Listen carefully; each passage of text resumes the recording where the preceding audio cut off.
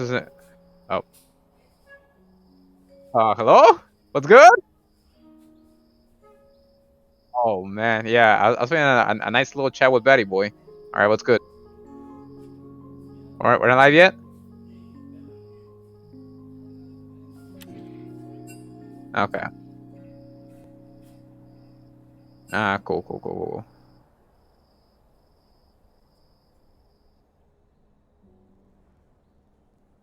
Wait, wait, wait. Who's not showing up?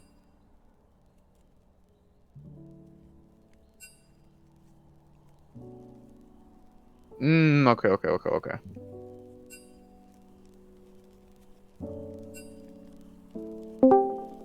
You're on stream, by the way.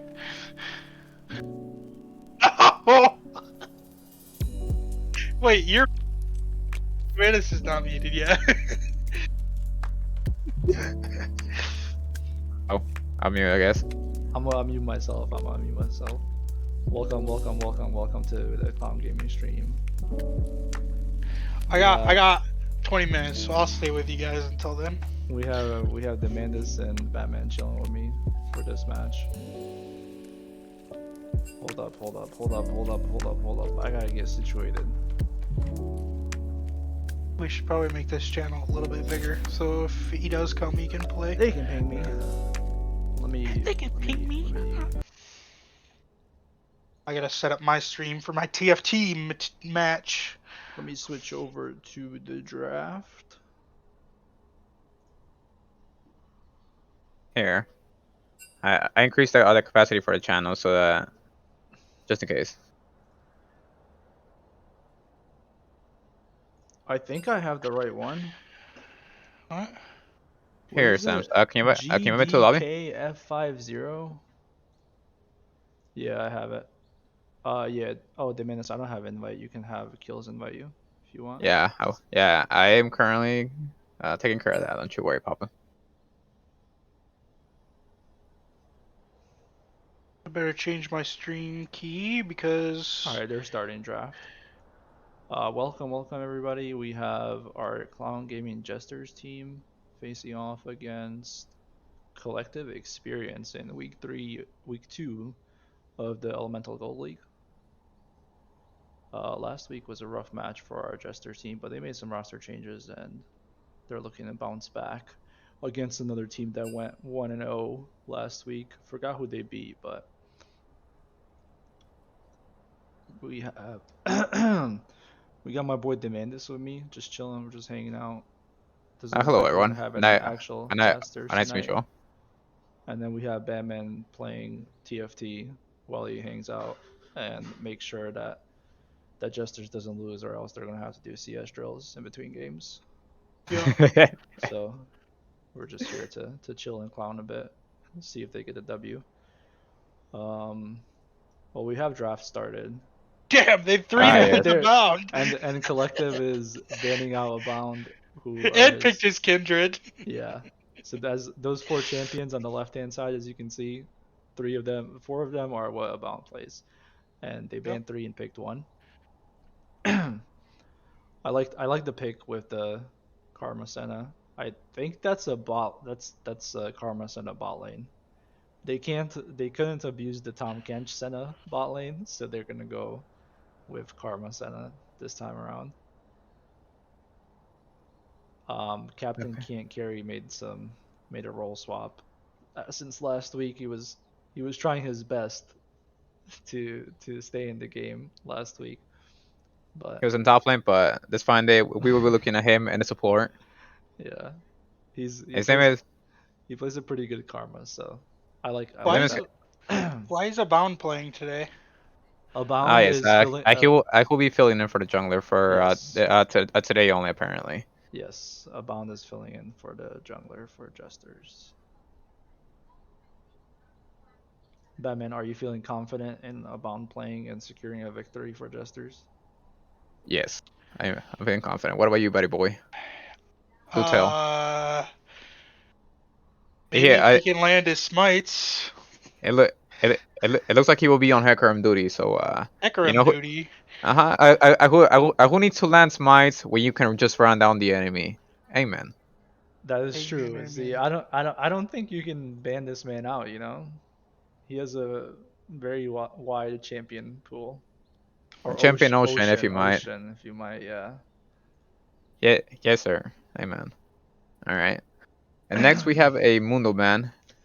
Yeah, Bound has a champ ocean. A Mundo ban? That must be for the collective top laner. I should probably have an idea of who the enemy team is, but I did not get to prep because I was busy entering my promos to plat in solo queue, I, unfortunately. I can confirm he did indeed hint them away, unfortunately. So tilted. So I might get a little toxic, honestly.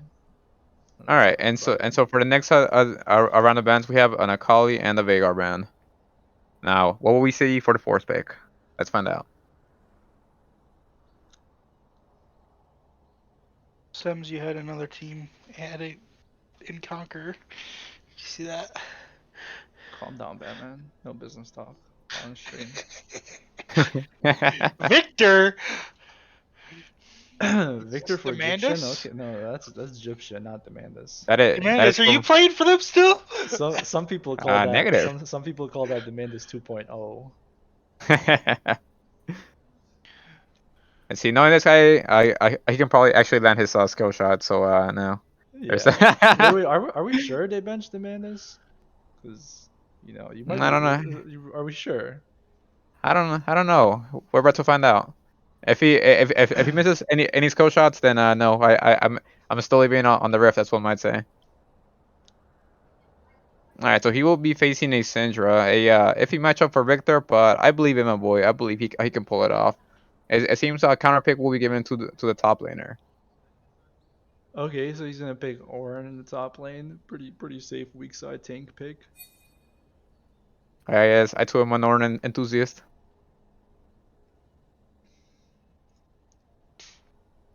Let's see. Somebody said Paco's volume is noticeably higher than Batman's or Sam's. Here, let me tone down my mic settings. My apologies, Mr. Captain Jeeves. Captain Jeeves with the advice. See, I haven't seen what CH Gaming plays in the top lane, so I'm not sure what he's gonna pick here. And here. he's gonna pull a Sems and pick Shen, counter pick Shen, fifth Okay. R5. So Okay.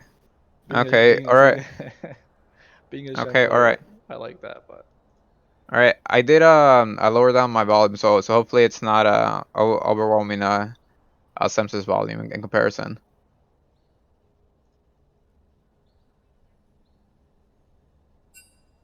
yeah, I think I should be fine. I think they're ready to start. All right. Yes, they did say it ready.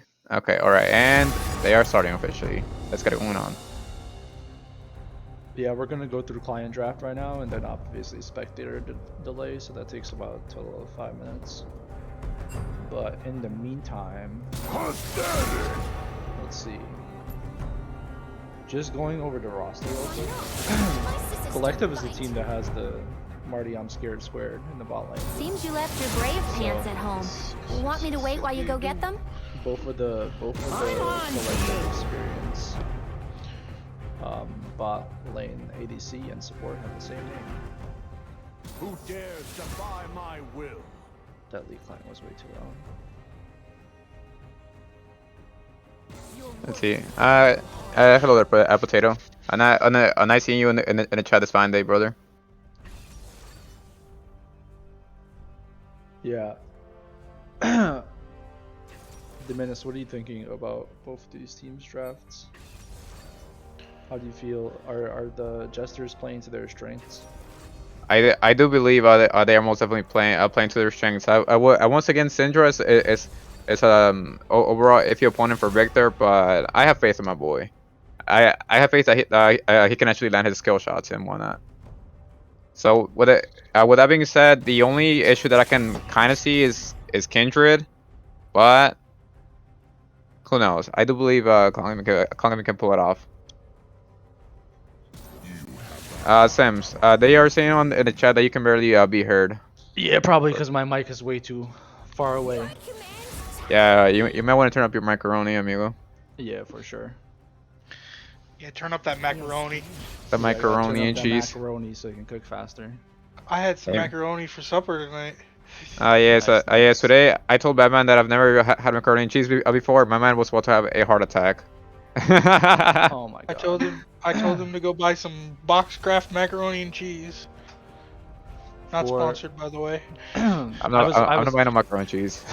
for the actual match, I was reading some of the content that Cole put out, and he gave a shout out to the top laner for the side of collective, being a weak side warrior. So I'm interested to see if our new top lane swap ACH gaming on the Shen can actually take advantage of that. I'm assuming he won't be able to if Brown Ale, the collective experience top laner, plays the same way he did last week. But we'll see. I really like the Shen with the Hecarim, so that's definitely for a I bound. too am a fan. Here's a That Shen one trick. So does he win that lane against Ornn or not, or does Ornn shit on him? doesn't Shin shit on enthusiast him. It's himself. like it's you don't really have a lot of kill pressure on Ornn as Shen, so it should be like pretty even unless you're just better. But You're then still different. after 6, like the Shen should look for immediate impact to lane swap and stuff to with his alt global pressure. So this should be interesting. See, choose your loadout. Yeah, it's 0. gonna go into 3 minute spectator delay. Ah, yes, of course. I nearly forgot Um, about that. It's been a minute since I've spectated any games since the very beginning. Yeah, I mean obviously like for the side of collective, picking the Jinx spot lane and then Ornn as well. I think they're just gonna look to scale, um, and see how that goes. Late game, Senna gets pretty strong and annoying with her range and poke, right? Ah, And yes, then and yes, then absolutely. Attacking from 2 towers away, basically. yeah, and then obviously being able to speed up and heal Hecarim and shield him with those champions, and then Victor just scaling into the late game AP damage threat that he's supposed to be. That's gonna be interesting. But on the side of collective, you have the ornaments coming in after level 14 for the Jinx Wait, and are they Syndra. actually called are they actually called ornaments? Yeah. That is actually hilarious. I thought no, Yeah, they're right? not. Yes, I they thought are, that was just dude. a pun. If I'm being honest, I never It did is think a they were actually called pun. ornaments. No, they're Don't let him called lie to you, they're bro. called Oh ornaments, no! I man. cannot believe you lied to me like No, that. they're called ornaments. Trust me. Trust me. Trust Trust, me. trust, or man, I would trust in my top Hello, lane hello. enthusiast. I Hey put man, Hi. I turned up my decibels output, so it should be higher, yeah, I I think. did turn mine down so that it wouldn't completely overwhelm yours in comparison. Yeah, for sure. All right, I think we have a minute left in the spectator delay, so I'm gonna take it to a quick break, and then we're gonna load up onto the Rift soon. So we'll catch you guys in a minute or two. Hey man.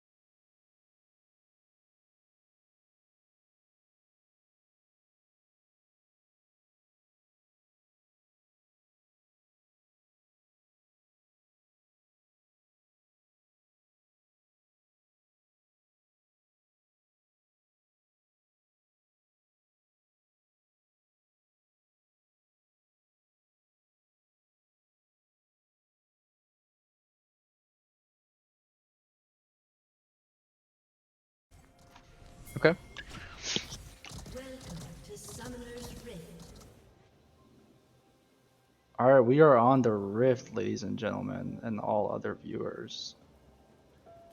Looks like we have our standard 5-point here with some mastery flashing. Is that CH Gaming flashing the mastery? Yo, I didn't know this man plays Shen, but we'll see what he's got.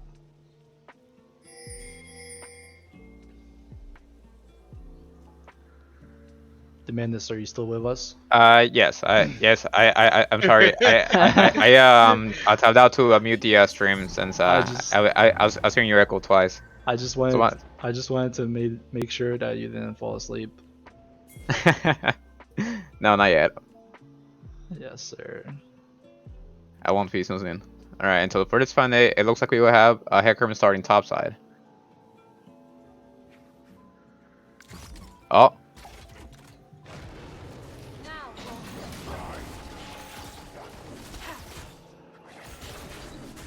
Standard start around the map. Look at the okay.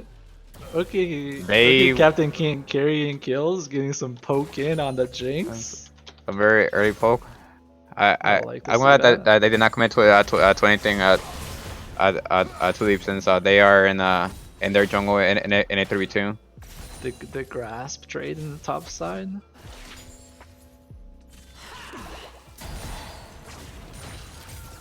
Demandus, who wins this mid lane matchup between the Victor and the Syndra? Mid lane as the expert. I do generally believe Syndra wins that lane. Well, hopefully the Victor is able to play safe and scale into the late game monster that he should become. Yeah. All right, and we have a skirmish going on in the top lane. Skirmish going on in the bot lane too. Is it a skirmish or just a trade of long range poke from both sides?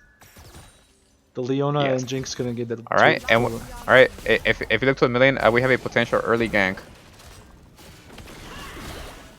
But unfortunately, Victor is sitting too far up for a potential gank. Oh no. Oh, okay, wait, never mind. Syndra? I do believe she does not lie here. And oh no, she dies bound on absolutely. the Hecarim is able to get the first blood with a clean gank on the mid lane. Absolutely, and with that the Victor will have access to a 25 stacks. Oh my lord. The attack assassin mage in the top lane is currently and it looks like Kindred stats. is gonna gank the top lane. It's a nice setup, but Shen is gonna have to flash out. I don't think his E will be out up there, but that is a very nice Shen skin. Oh my god, I love it. I didn't buy it yet. That must be why I lost 2 games in my promos. Yeah, it's a skin diff, that's what I might say. Yeah, I'm super upset and super jealous. That is a sick skin.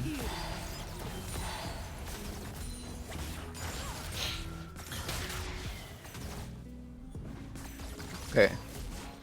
Got a soul kills, got a soul. I'm not gonna get greedy for the soul.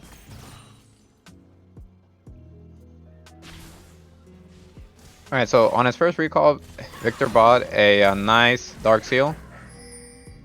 Oh, he's starting to tickle his Syndra now.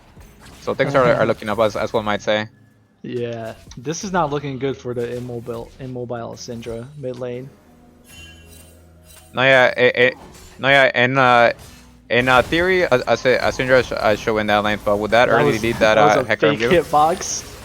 that was nice. Shen is able to turn around with a taunt and get a good trade in with the Q. Okay, I like that. I like that. What is this Shen damage? That is one of those champions I do not dare underestimate by it under any circumstance. Dear lord, I can see why Rito be nerfing his Q. They shouldn't be doing that, man.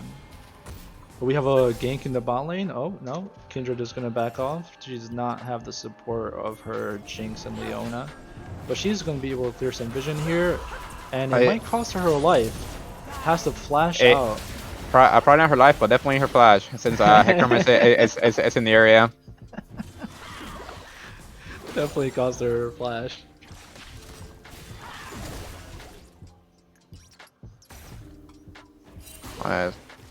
Let's see.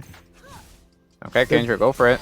They're definitely still hovering that boss side. I don't know if they know They're- Hecker they're was both there, hovering. but they know now. They know now. Kindred she doesn't have flash. anymore. Leona's gonna go in. Kill's gonna burn the heal. And Leona taking a lot of damage there, and But at the end of the day, the Ascena damage is not enough this early. not enough This early in the game. as That was a Collective very- is gonna a very- get a That's Three- really bad for Jesters. That was a very nice setup, but unfortunately, I believe that Senna does not quite have the damage this early in the game for a full-on 3v3. At least compared to Jonks. Ooh, Orn misses. He's a level up here. He missed his He's got knockup there. I sticks. think if He he coulda lands killed that, him. if he lands that, he could have killed him. Yeah. Killed him without landing it. Possibly, because he had a full-on wave as well with him. And Okay. it's the blast Bound. cone. What are you guys doing? Hello? Oh, that is Oh, some no. miscommunication That- there. That is tragic. But seems that they, never mind. Ooh, Abound will pay the Kills the price. hits the blast. Kills hits the blast cone and sends a bound to his death. Wait a minute, did I? Wait a That's minute, a did, muter right there. If that Wait a was minute, me, did I- that would be an instant mute. wait a minute, did are the kills really hit the blast cone? Yes. That's what it looked like. Oh my god. And Oh my god, what yes, a and sick, Karma sick snipe by gets a Captain kill. Can't Carry on the Karma. And Collective is able to secure the first dragon after that miscommunication play by Jesters.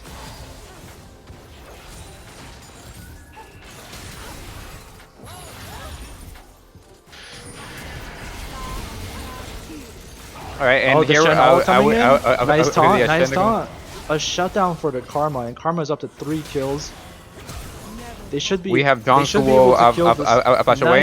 Nice stun by Kills. Oh no, kills hit the tower. He hit the Yara tower attack. twice! He hit it Yara attack the twice! tower. What am I No, watching? this game is rigged. That This game is rigged. that was.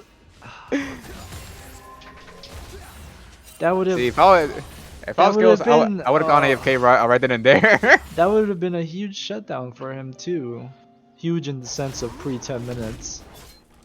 For on the I would- Jinx, but no, Jinx gets another kill. That is bad. That is so bad for Jesters. Having traded 3 kills each on the bot lane, and 3 going over to Karma for Jesters, 3 going over to Jinx for Collective.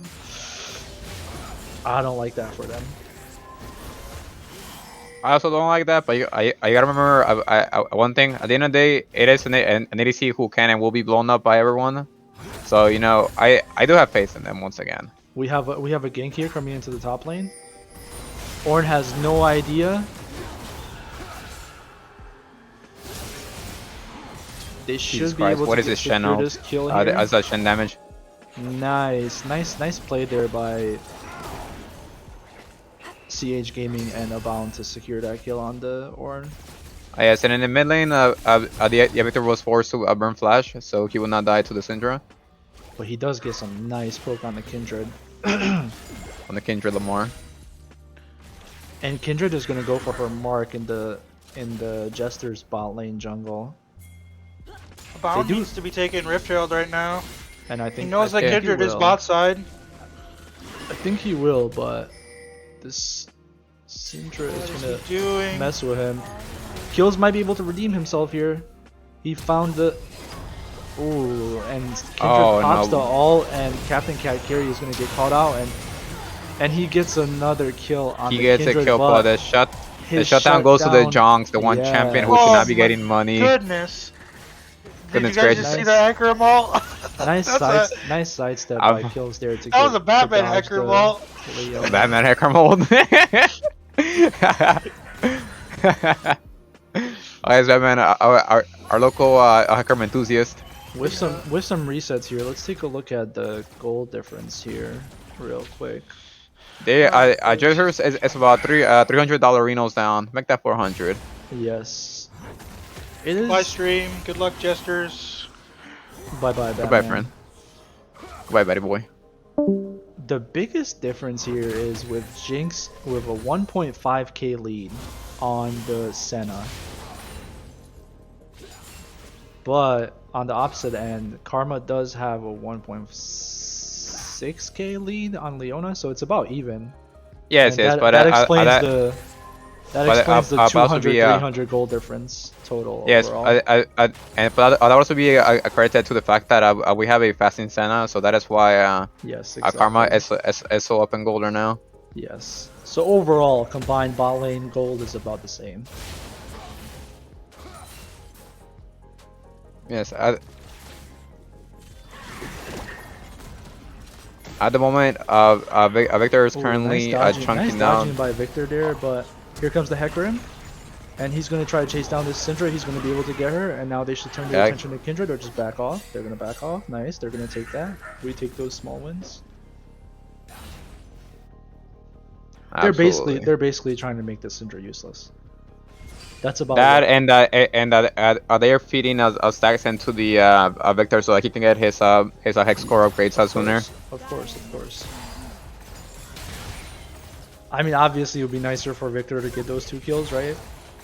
Of course, but at the end of the yeah. day, even getting assist, you know, is Yes. a huge a game changer for him. Yeah, for sure. And those kills on Hecarim are definitely going to be necessary once he needs to somehow hunt down this Jinx in the back line. Yes, at the moment, looking at it at scoreboard, a Hecarim is still about $200 down from the Kindred, so maybe getting those kills, you know, are actually beneficial to him. Oh yeah, for Since sure. since Victor is still up in gold in the mid lane by about 400 gold approximately. And it looks like we're gonna have a collapse on the Syndra one more time by Hecarim and Victor. And they're going to be able to secure their 3rd kill on the Syndra, Biobound, and Egyptian in the mid lane, and this should translate to the first dragon for Jesters, 2nd dragon overall. With Kindred starting the Rift Herald? No? I guess No, she's not. it doesn't look like. Oh, she No, did. she has Herald. She took it. So they traded. That's odd. They traded Rift for Dragon there. 1-1 on dragons. Yes, they will be looking to drop the Herald topside and then maybe go for the mark afterwards. Yes, for sure. And now Bound is going to rotate over to the top lane to assist Shen for this Rift Herald drop. Yes, I don't think that they will be going up for the dives. He should have hit a taunt there earlier, but I think they're going to be able to get this kill. They're waiting on the Hecarim who is now slightly overcommitting. No, I'm not overcommitting. He was likely buying time for his Victor.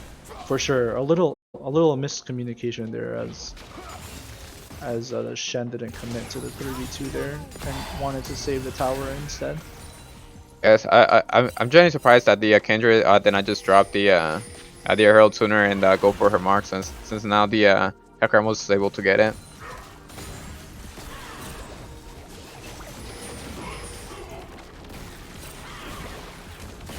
Okay, and we have a fight going on in the mid lane.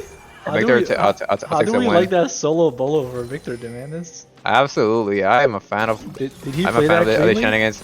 We have a Jinx rocket incoming, and Victor's sidesteps it. Okay, Egyptian, nice sidestep. We like to see that.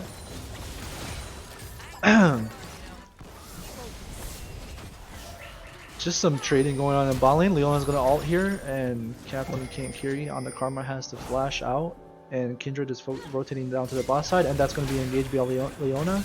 It's a 3v2. Captain can't carry is gonna get caught out. We have a TP channel thing coming coming, but it does not make it in time. And the Victor TP coming in. But the side of Collective is gonna back off. Oh my god, that Victor damage. And Abound was contemplating going in on that, but you see that damage on the Kindred? Absolutely. She underestimated the Victorino damage, as one might say. For sure.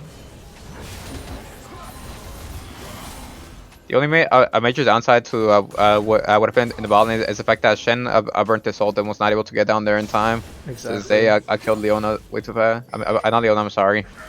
Karma. Yes. that's the thing when playing Shen. Sometimes like you have to ult a different target just so you can actually make it into fight, and not ult the target that's about to like die, potentially die. That would die anyway. Absolutely. Exactly. That fake hitbox, man. That fake hitbox. That is a cool champion right there. The attack assassin mage. It was a nice nice W by Shen to actually block the brittle proc damage by Ornn. Okay, so if you look at the gold difference in the top lane, we have a cool 900 gold difference. I want to say. Yes, Mid that lane, is what I'm seeing. and mid lane. Okay, we're looking Ornn at ult a coming in ganking top top. side. Nice W by Shen again, and he flashes out, and I think he had a flash out there with the Ornn W E coming in, the knockup. Victor is currently looking for a way to get into the fight, and Yes, it looks like and he will is come in. the fight Kill. now, and that damage is going to come in, but the Kindred pops the ult. And Syndra is unable to get into the fight, and this translates into a 3v2. And Victor should be able to clean this up, and he should be able to kill the Syndra as well. Yes, sir. Oh, shit. Yes, sir. Syndra is big there. That's what I might say. Meanwhile, in the bot lane, we have Captain Gary getting engaged, and bro, with the Leona just tanking everything, Jinx standing in the backline. I think that's some good play by Marty in the bot lane. Yes. Now looking at it, there is a 2-level difference between the Senna and the Zhongs, which has now been closed down to 1 level difference. Ultimately, I don't think Jinx being ahead is gonna make a difference, since I do not think so, in the least. At the end of the day, you know, she's an ADC and she can and will be blown up by the Hecarim. Very true. And I don't think they have. Maybe I shouldn't say that. I was gonna say they might not have enough peel for her, but they do have Ornn, and they have the Kindred ult and Leona. And Leona, So- yeah. I don't think my only real concern is the Kindred ult. Yeah, for sure. And But- we have Ornn TPing into the bot lane here. They definitely want Prio on this dragon for the side of collective. Absolutely. We have the Victor chunking him out. He may be caught here. And Victor. We have a does Shen Oh, ult. nice stopwatch. Nice. Yes, and Shen did make it into the battle. I think so. The stopwatch. The Ornn is just running wild in the back line. That was huge. And Ornn, nice taunt by the Shen with a 3-man taunt, but they do not have enough damage here. Oh, he makes it the flash over the wall. No, this game is rigged. Disaster for the side of Jesters.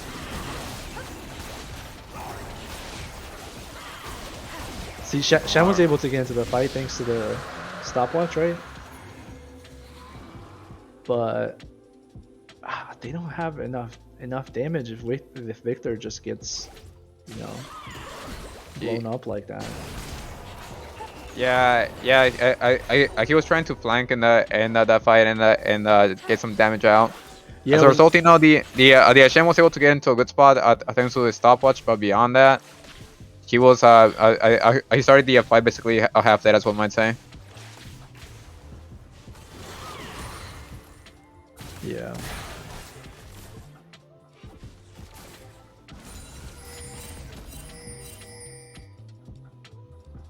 Okay, so looking at the gold difference, the Ornn is now up around $2,000 Renos on the Shen. On the setup- Ornn got both shutdowns in that early fight on Hecarim and Victor. Okay, so that'll explain everything. Yeah. At least those shutdowns didn't go over to like somebody like Syndra to get her back in the game, or Jinx to even make her stronger. But the minutes as a mid laner, Yes. right now you if you were in this game, you must be licking your dry ass lips looking at that Jinx shutdown. I would absolutely be. I'll be licking my my dry ass lips. At 600 gold. Ooh. Avoid it. And now Zhongs is currently being chunked out. Ornn's inventory bothers me. Yeah, dude, he has a. Oh my god, he has a force of nature already. with his mythic. Ooh, a bound is gonna be found in a bad and- spot here. He's able to ult out, but oh, the Ornn is not gonna see him. Oh, he is. Oh He's gonna no, find him. he And he he does is land caught. that, but the Shen ult comes in and comes in just for him to die. Victor is not gonna help him here. Victor is gonna let him die. I do not think Victor has his cores fully upgraded. If he did, he could potentially solve them, but then in the process, he maybe caught himself. Yeah, I think a bound was probably screaming there, Channel, as he got caught out, but Interesting. As- Where have I seen that one before? as Ooh, and Oh. Senna is able to survive in the bot lane. That was a lot of damage coming out. That was big numbers, as one might say. He did burn his heal too. Let's see. So overall, looking at the gold difference now, they are even in a kills more or less, but they are down a 4K as a team. Looks like they may just try to force the tower, Ooh. and Leona flashed into the Jongs with the snare. Unfortunately, anything else could be on. Could be done. I'll be honest, since that may be over forcing it, perhaps. Karma and Victor need to swap mythics. What mythics did they go? Oh. I did not notice that. I think you were pointing it out, Easton. Wait, Abound doing some sneaky business. I don't know He's how feeling- sneaky that is. He's just taking a lot of damage. A lot of That is no poke longer. damage. And this is a repeat. Victor is going to try to flank again. The Ornn does have the Unleashed teleport up. He does have teleport. Let's see. They don't need to do anything here. Okay, time to turn on objective timers. Hell yeah. That is what I'm talking about, baby! I did not have objective timers up, but Dragon is up in a minute, so. Yeah. I was initially wondering why they were all down there, and then since Dragon was not up, you know, anytime soon. But Dragon will be up in 45. Looks like the enemy team collective is currently making their way after getting some resets in. Hercurm is resetting with 30 seconds left on Dargan. So is Karma. Yeah, I do believe this Dragon is basically as good as gone, given that the enemy team collective got a much earlier reset.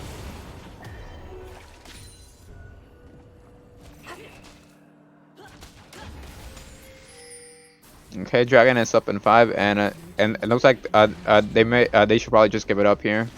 Victor was Yeah. able to get a mid tower, but we have Ornn teleporting in, so they cannot.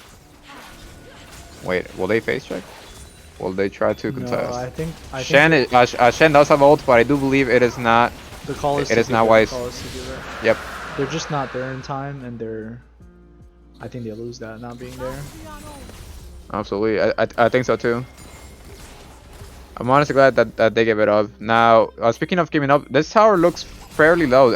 I should probably let it go here so they don't get turbo engaged on, which is currently happening as we speak. Oh, but Jinx walks into that. they, and here comes the Hecarim. Here comes the Hecarim. He And got stunned, with the and Shen ult, they're going after the Jinx. they're going after Jongs. She currently has a no peel. No she peel, is kiting, but I do not think it is enough. and Hecarim gets the Hecarim shutdown picks it as up. they have a 3-man. Nice Zonias this time around for Egyptian in the mid lane, but he's gonna get shredded there. The Azanias is no more than No just more. delaying his unfortunate death. And Jesters gets the shutdown on. Oh, they're gonna try to take another fight here. Karma behind him looking for a flank. Shen gets a good taunt in. I honestly, I would have been a fan if a Hecarim gave already a shutdown to the Senna, since right now Senna is as we would call behind. Yeah.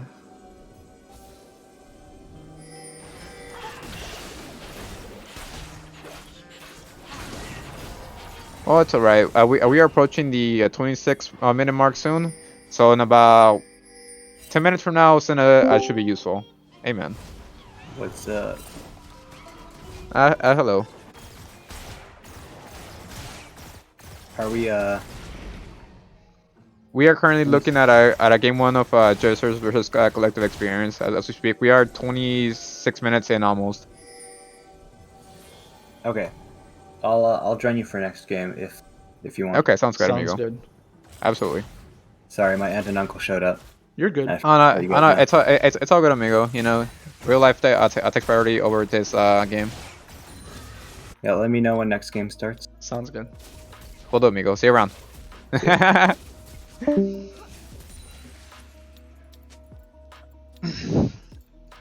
mean, the game is still pretty close in kills.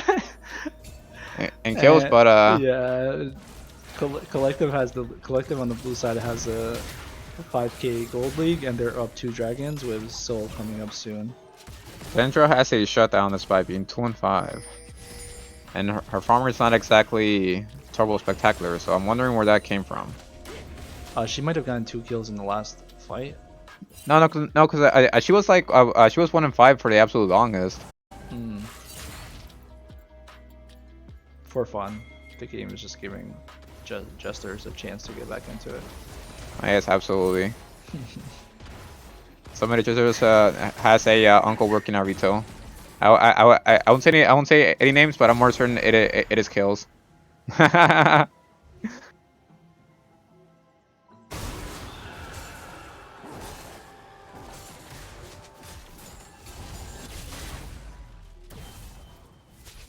Wait, what is this shit item? Demonic Embrace second. Yeah, What a that's what you what get. a It has what a chat item. I don't think I've ever seen any Shen do that, but that is chat energy right there if I've ever seen some. That's the go-to build right now. You can use that instead of Titanic Hydra. It gives you the AoE plus burn damage. Titanic Hydra. Wait, are you supposed to go Titanic Hydra second on Shen? Are you not supposed to build tank items? If you want damage, if you want to go more bruiser. Okay, understood. You need wave clear to be able to actually push out your lane and ult somebody, right? Yeah. And you get that from Titanic or Demonic.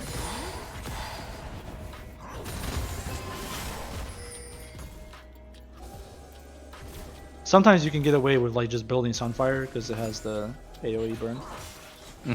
Okay, looks like Jesters will be the first on Dragon this time around. Yeah, with 45 seconds up, so there's still some fight over vision control here, but Yes, yes, I will say I'm a fan of this move instead of doing that classic. Trying to get there 10 seconds beforehand. It looks like they were trying to clear the ward part. Orange said, "Not today, son." yeah, and Looks like Collective there can will just be engage here.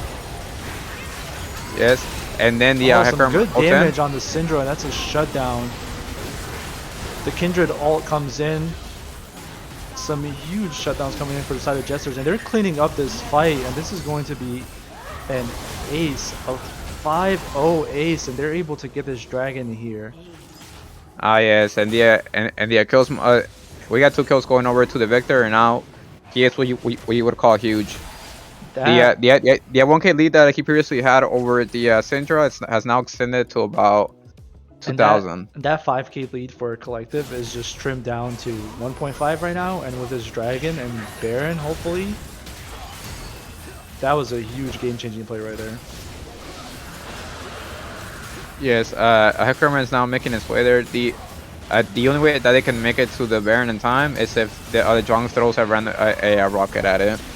Yeah, if she gets like a lucky steal in or something. This should be free for Jesters. Yes, and the Zhong will not be throwing the rocket this fine day. She did have rocket up. Yeah, she's probably not very confident in her stealing abilities. See, in that last fight, I'm pretty sure Bowen got a 5-man ult with Hecarim, and then Shen just ulted in. Absolutely. So the Senna and is actually starting to ramp up a bit, I think. And she was able to get some damage off there. But yeah, Let's they see. were the side of Collective was just on top of each other in that team fight. It looked like, and with the AOE damage from Victor. For me, friend, was- I that have was huge. hiccups. You're good. You're good. You gotta drink some soda.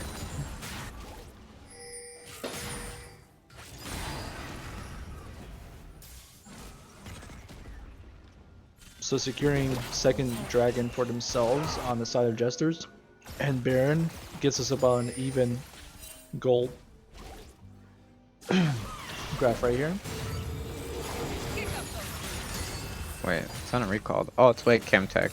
Yeah, that's a very that's a valid move. To buy, right? But the thing is that I feel like they're not being able to make use of a woeful use of their Baron buff.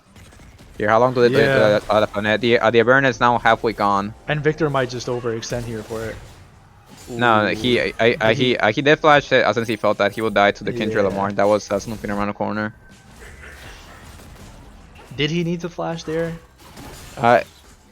Honestly, probably not. But Oh my god! I feel like Did you see that karma damage? That I mean, looks like a normal karma to me. Kindred is a glass cannon, but that one was that her Q. It took about that was about 50% of the health bar. All right, and karma flashes, but throws a regular Q. I would have understood if she threw an empowered Q. She'll be doing now. If that lands on Kindred, she's dead. 1000%. On the bright side, they all got chunked out, and the Syndra's almost dead. That was smart. That was smart. They needed to secure that tower, and it looks like they're gonna pause there and take a step back. Absolutely. All right, Sims. If you don't mind, give me a second. I will be back real quick. You're good. You're good. Absolutely, I'll be back.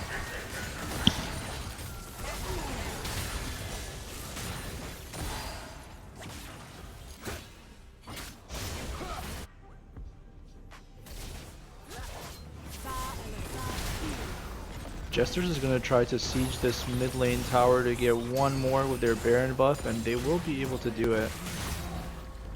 Meanwhile, Kindred is topside defending tower. I guess they're playing that pretty safe. She's just picking up farm. Shen's not going to dive her.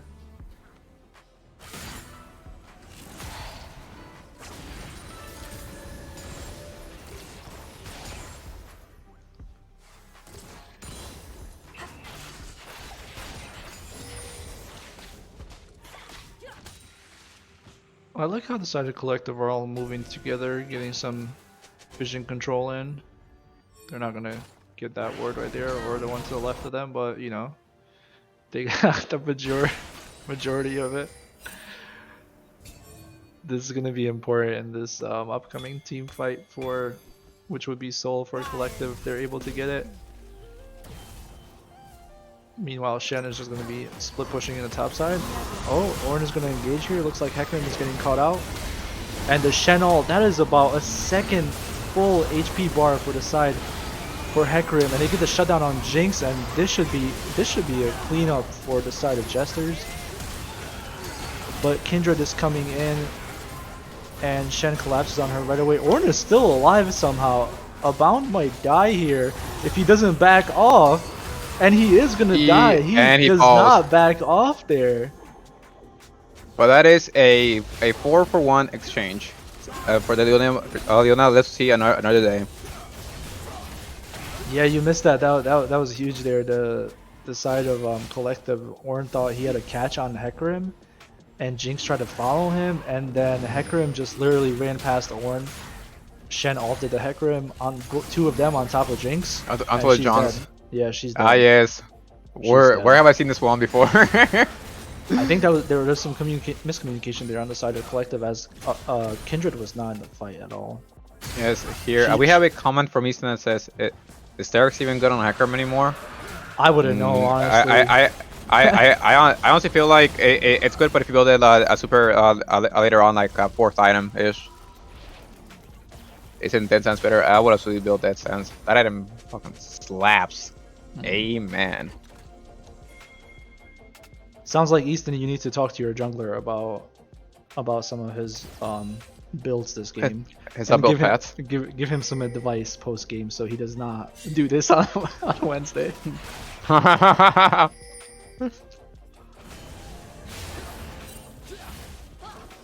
And Leona is gonna try to catch Shen out here, but he's just gonna taunt and get out. but it is only the Leona and the Ornn alone. Yes, it is. Jinx is No. walking up into the mid lane right now. She's gonna catch that wave and then walk over to.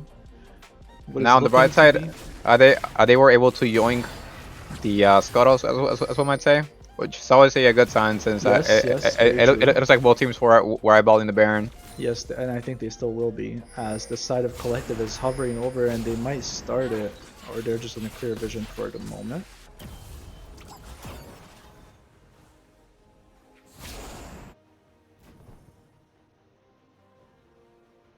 See, what I will do here is send the Shen mid or bot and then just have him Oh yeah, ult in. Shen 100% should be bot lane right now. Oh, Looks like Hecarim? there will be No? force. No, They're there will just, be us engaging. what's the proper word for that? They're just, you know, teasing each other with the engages. I guess a little bit of tomfoolery going around. As you might. Just some shenanigans, you know. Leona's like, yeah, I'll queue you. Okay, and they might be listening to our stream because we said the Shen should be bot lane, and it looks like he is going to be bot lane right now. Interesting. Pushing the side lane with his team having pressure on the Baron right now, and they should wait here, but they might get engaged on for the Shen to actually push and get some pressure on that tower. Yes. But I is huge. Yes, we are currently looking at the 37 mark, at the 37 minute mark. So any second now, Ascend I should be doing big numbers. For sure, for sure. And here Now- comes the Shen on the Hecarim. Are they able to get on the Jinx? and Ooh, nobody Shen gets peels shut for down. Nobody's for the peeling Jonk. for the backline. Oh, and this Hecarim and Collective Shen are experience. not able to kill the Jinx, and that is what happens. Leona is going to clean up the kill on the Victor. I don't like that play from the duo of Abound and CH Gaming. You know, I am genuinely surprised that Jonks lived at the dive since I honestly felt like she was not getting very much peel there. Yeah, I think she had the Leona helping her out, but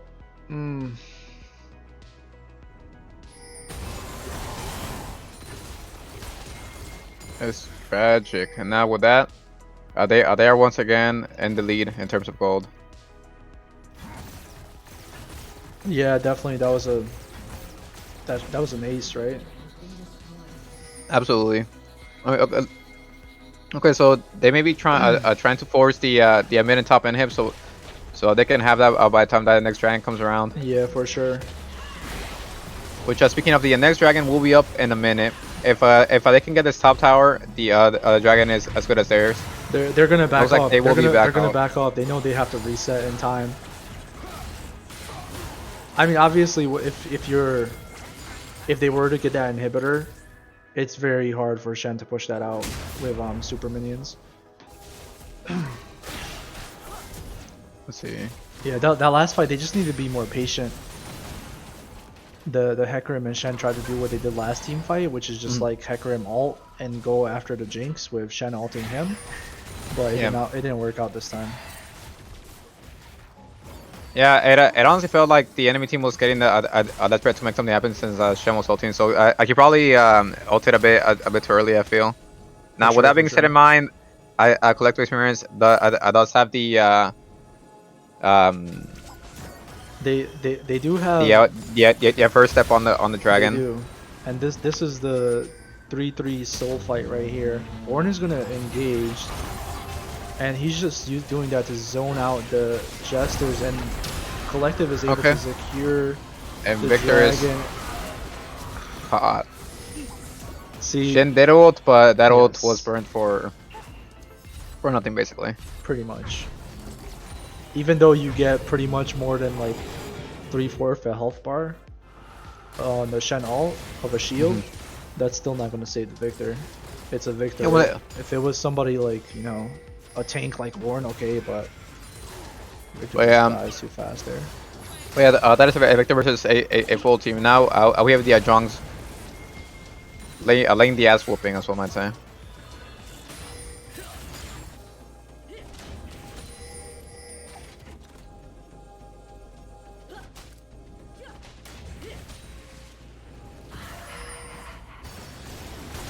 Time for Jesters to play some defense. Looks like they may try to shove on top and just send the Ornn bot side, since Ornn does have the Unleashed TP unlocked. And I don't think, I mean, Shen can stop him, but he's not gonna be able to kill him with Ornn having the Baron minions up. Oh no, he died. He doesn't have Baron. Oh, Now on the topic of unlock TP, I wish for Rito to revert the TP changes. I'm not a fan of this. Yeah, I agree. Actually, I don't mind it, but that's probably because I played like 100 games of Shen ever since the That nerf happened. I well that in your top laner, but something about teleporting ball lane every time that they you know, try to act up, you know, I miss that feeling. It looks like Shen and Karma are going to try to do a little 2v1 action here on the Ornn. He's not going to have any help, but the 4-man side in the top lane is going to have to come in and take this tower. This is going to take a long time to kill this Ornn here. The Ornn has been practically tickled. He will... Oh, he's going to flash out, and they they're not will going to get stun on, and they're going to have to chase. Oh my god. Dear lord. Okay, they get the shutdown, and it looks like Collective is not able to take advantage of that. I mean, they did get... Actually, they are. They get the top inhib. They get the top inhib in exchange for that. For the shutdown on the Ornn. Now, Senna, the flash right there, I don't know if she panic flash or if she fat fingered it, but... Oh, we have a flank here coming in with Karma and the Shen ult on the Hecarim. Okay, And they're able to kill the Leona, but the Kindred ult doing major help for the side of Collective. They're shut down the Jinx, and last but not least, they should get this kill on the Syndra, and this might and with be that, game. there's a clean ace. They don't have a wave though. Oh, they don't have a They wave. do not have a wave, but you know No. what they do have? They do have a Shen and Karma who can body tank the tower. They got at the very least get in They hit. do. Actually, it looks like they may be recalling because the super minions are shoving top lane. They are currently This is tickling that some tower, and, yo, that and the shield, Ornn bro. is Do you up. see the shield? There's some redonkulous shielding on Witness Team right Yeah, here. that's insane. And Ornn just ease into. He cannot the do anything middle. about it as he watches them take the sick inhib. Very, very smart play for the side of Jesters after they are able to get a Hecarim Shen combo ult in the mid lane with the Karma flank. Just ran everybody down. I don't know, man. These team fights, they're coin flip. Very back and forth. I dig it. If the Shen and Hecarim are able to kill Jinx, Jesters wins the team fight. If they're not, Collective wins the team fight. Yeah, that and the and initially I just got the mid inhib as well, so they should be. I got to use that as for leverage for the Baron that is currently coming up. 100%. So that was very smart by them. And we have a Syndra Syndra TP. burning TP. I see. Very premature TFU. Victor is gonna burn TP too, but they have super inhibitors pushing down top, and Shen is gonna back Shen is gonna recall. to Interesting defend move. top side. Yep, absolutely. I guess they're just gonna. That makes sense because they currently have two waves of super shoving in. Yeah. I guess they didn't want to risk the 3v4. That and Top Jongs lane is currently starting Baron, Jongs and Syndra. Yeah, I don't know if Jesters has a way to actually get into this pit. The Baron is almost gone, and it is Kindred gone. able to get that. Shen is we able to get on the back line, and Shen is doing some major damage, but he gets knocked back. And the Kindred ult comes out, and Shen is down. you know, I currently Yeah, checkmate. They have the I back. come turning down it. They have the Absolutely, back. they have super stacked on that. Captain Keenan Carey trying real hard on the Karma here. Is it random recall? They don't get a tower out of that. At the very most, they get the inhib mid, since it is only a Karma defending it right now, and how much Karma that Karma can do about 2 of them. Yeah. Now the Elder Dragon will be coming up right now, and the only person alive at the moment is Karma, so it is basically as good as collectives at the moment. Yeah. Jesters are going to be up in time to defend mid lane. Well, collective experience is going to actually back and reset here.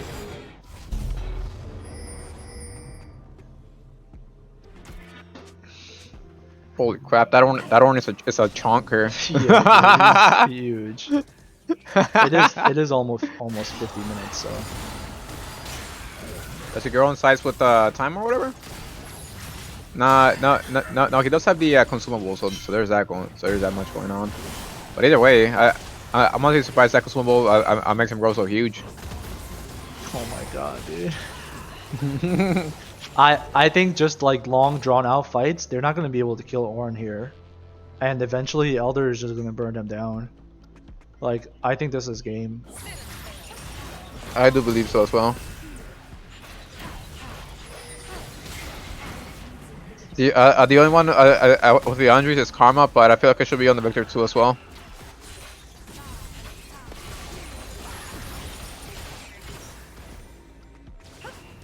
Currently, they are halfway through their Elder approximately. Now, if they can if they can try to make something happen, they can end game here. Yeah. We have a late game Jonks chunking away at the towers. They're just gonna wait for the next Well, minion wave to come in. they have a They do super cannon minion. Yeah.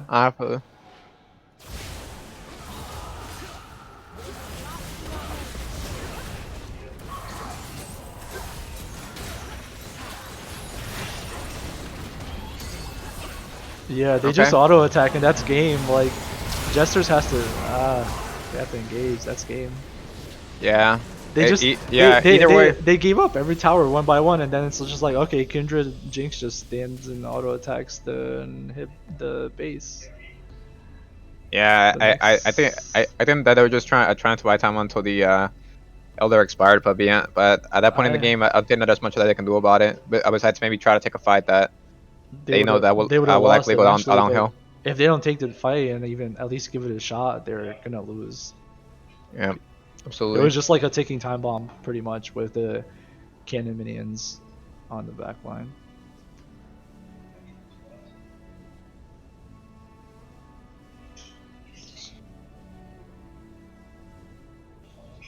And that wraps up game 1.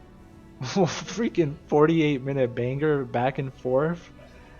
I mean that's what we like to see, but we would like to see the jet side of Clown Gaming Jesters with coming out with the victory.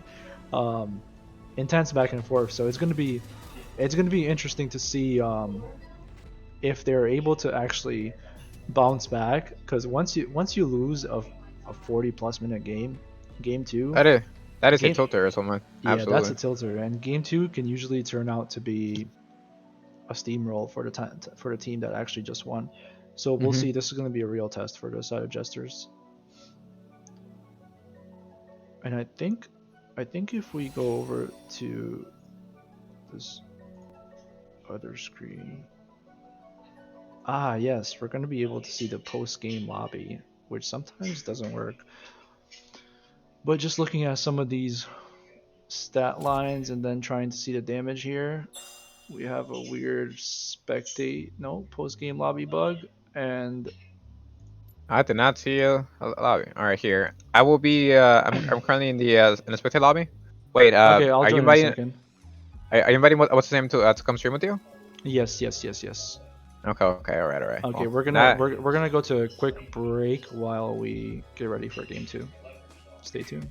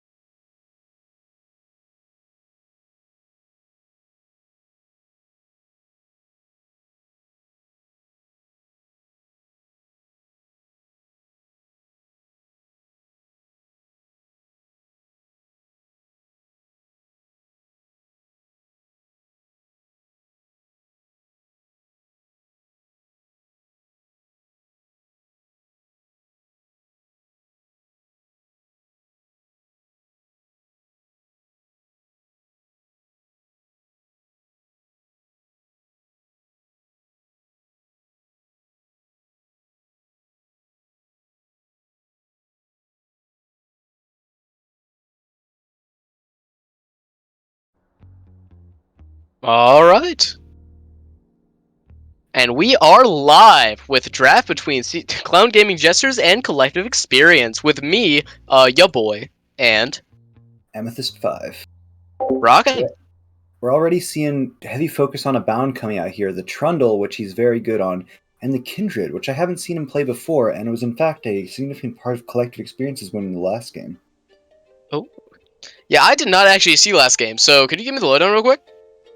Well, long story short, it was close. Dragons here, dragons there. Both teams got to 3 dragons. In the end, Collective Experience had the Mountain Soul, and a Baron, and an Infernal. I mean, not Infernal, and an Elder, and an Ornn, with fully upgraded items on everyone. So, Okay. that's a little hard to beat at 48 minutes. Alright then.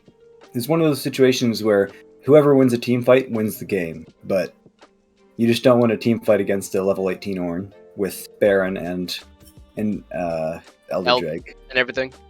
Yeah. Yeah, it's generally not good. They also had Kindred and Jinx for damage. So in this game, the Kindred is banned out, and the Jinx is on the side of Jesters. Very popular pick. I actually like it in a Caitlyn. Caitlyn is more popular in pro play because she does just have infinite shove. But Jinx actually can go toe-to-toe with a Caitlyn in lane, and then outscales her pretty hard, so... Well, hopefully. She does outscale her later on, but Caitlyn, I feel, has more like a potential to snowball. They both snowball a lot, but Caitlyn, especially with the Leona in lane, can push that lead a lot harder earlier on. That's for sure. And I really like the Tahm Kench pick, and partly because of that. Sure, you can't save your AD carry as often, and not until level 6, but Tahm Kench really goes toe-to-toe with melee support super well. And with the change of his jump being on his W now, you can even potentially run down range supports if you land a good Jinx W or something. So as long as the Caitlyn doesn't keep them poked down, I could see even the lane going fine for Jesters here. Yep. And it depends on the Tahm Kench's choice of runes, because if he goes Glacial Augment or Hail of Blaze, then he has the potential to either get that 1 W off and send out the little 3 slow beams and just keep them locked up, keep Jinx autoing, or get the Hail of Blades, get the 3 autos, get your Q off, get this done. Don't remind me of the monstrosity that is Hail of Blades Tahm Kench. I play a lot of top lane, and man, that is... Yeah, that is it's not fun. to face. I am that guy. Oh I no. do that. Also, I'm the person who plays the kitey, scared people, the people like Jace, the people who don't like getting run down by Tahm Kench. Oh, so you're a terrible person. I get it. All right. No, I don't play Vayne or Akshan or I don't play the bad range. Okay. You play the respectable range top laners. Yeah, Either way, exactly. that's assuming that this TK is support. We don't know yet. That's a good point. That's a good TK's point. They TK's picked a it flex after pick, and seeing so is Leona. great. Shen does actually pretty fine at Tahm Kench. In fact, being a Shen aficionado myself, there's a really funny AP Shen build that just crushes Tahm Kench's. But that's the question. Does he crush Graves? Graves is a flex pick as well. And I believe Graves is more popular top lane. Yeah. Shen is one of those matchups that, sort of like LeBlanc versus Lux in mid lane, or any other number of matchups you can think of, where if the junglers don't participate, one side wins, in this case being the Graves. If the junglers do participate, Shen's taunt and his, what's it called, spiritual refuge? Mm-hmm. Whatever the refuge thing is, it's Spirit Refuge. Spirit refuge is very scary in a 2v2. Ooh, here we have the Poppy. An incredibly good pick into the Shen. Yeah, but Poppy, as we've seen, is also a flex pick. So I'm expecting sort of the Poppy jungle Graves top, but we won't know until 20 seconds till lock-in. Yeah, Poppy's an incredible pick into Shen, but he also has the potential to just beat up Xin Zhao early on. Right. Like, before Xin gets ultimate, I'm pretty sure Poppy wins 1v1s. And then 2v2s with Azir. As, like, Veigar, Xin versus Poppy Azir, I'm pretty sure Poppy Azir wins that. Yeah. Same with Graves Shen. Veigar is one of those weird champs where a lot of his power in 2v2 depends on if you can get a good cage off and if you can hit your W, which makes it hard to judge his power. A lot harder than someone like, as anyone else in this game really, who has semi-consistent damage. Yeah. So it just I depends on do if think I Vagar agree can with press you. his buttons. Yeah. The Azir Vigar matchup, I do tend to favor the Azir with one caveat, and that is that Azir's dash is not fast enough to escape the Vigar cage. That is a Reactively. good point. So if he like reactively tries to leave the cage, it'll go bad for him. But Right. if he like does that once or twice and then figures that out and stops trying, then he should be fine. Yeah, if you just... one thing you can do if there's not a Xin Zhao nearby is wait for the W to come down and then walk into the cage, even if it stuns you, just to dodge the W. Because Vigar doesn't have the follow-up damage that Azir has in an extended trade. I like Jester's draft here, but the champions on the side of collective experience are just are just really scary. I never like facing a Vigar. I never like facing a Caitlyn, a Xin Zhao. Yeah. Particularly when so much of your damage are these range champions. The Jinx, the Zir, the Graves even. If the Xin Zhao gets ahead, he'll be able to tear people a new one without really anyone being able to get rid of him. But that is the question, isn't it? How is Jhin gonna get ahead here? I don't think he's gonna be able to 1v1 Poppy in her jungle like he can with some other low-tempo top laners. Azir should be able to stay safe and stay away, and Jinx DK is a terrible lane to gank as a Jhin Zhao, especially if they're playing optimally and scared as they should be into a Caitlyn Leona. And then you're never gonna kill Graves. He's great. He does get pretty tanky once he gets some points into his E, but Xin Zhao Shen, pre-level 6, has some nuts damage. People don't think of Shen as a damage pick, but his all-ins are quite strong if you have jungle backup, so let's hope that you're right, but I do think Graves will need to play safe in the first bit to avoid falling too far behind and being 1v1 by the Shen. Yeah, I don't see Graves getting jumped on very easily, however. That's true. That's true. He does have the dash to get out of Shen taunt if he's fast enough with his fingers. And then he has the near sight on his W, which also helps if he gets engaged on. That's got to be one of the best abilities in the game. Yes, especially because if you put it right on top of you, there's like no cast time almost. It's like maybe a quarter of a second before it goes down, if you do it like right on where you are. So if both of them jump straight onto him, he can W his feet and then dash away. Right. Well, we're getting into draft here. Is there anything else you'd like to say about the draft so far? Just that this is going to be an extremely exciting game. Hopefully. I imagine there's going to be some massive plays, especially from the side of collective experience. But CG Jesters probably has some really strong solo laners with Graves. And then the team fighting pressure with the Azir and the TK and the Jinx. Just front to backing with all the Poppy and the TK and all the damage in the back. It's going to be crazy. So, and even the Azir is a fairly strong laner early on as long as he's not into an assassin. So we have pushing lanes on the side of Jesters, I guess apart from bot lane. And then so much playmaking with the Shen, the Xin Zhao, the Leona, even the Vigar cage on the side of collective experience. Should be a banger. hopefully. Don't jinx it now. We might have the most boring game of our life. We might have some, like, Season 5 LCS. Well, the one thing I don't want to see is I don't want to see Jesters get run over. Yes, Because I really don't want to see they Jesters. won't go 0-2. Yeah, if we see Jesters run over, then, like, I'd only be here for one game, and then what's the point? Right. Why even get out of bed at that point? Well, it's like 9 p.m., so why even not get into bed? Yeah, man. I don't know. Something got in my nose or in my head or something, and I'm feeling like I'm about to go to bed anyway. So I hope someone wakes me up here. 2 minutes till we get into the game. Alright. Production, do you want to shift it? Or do you just want to talk for... Do you you just want us to talk about for 2 minutes? Alright, we'll see you in 2 minutes, Production. everyone. Who I'm talking to, and not the voices in my head. See y'all in 2 minutes.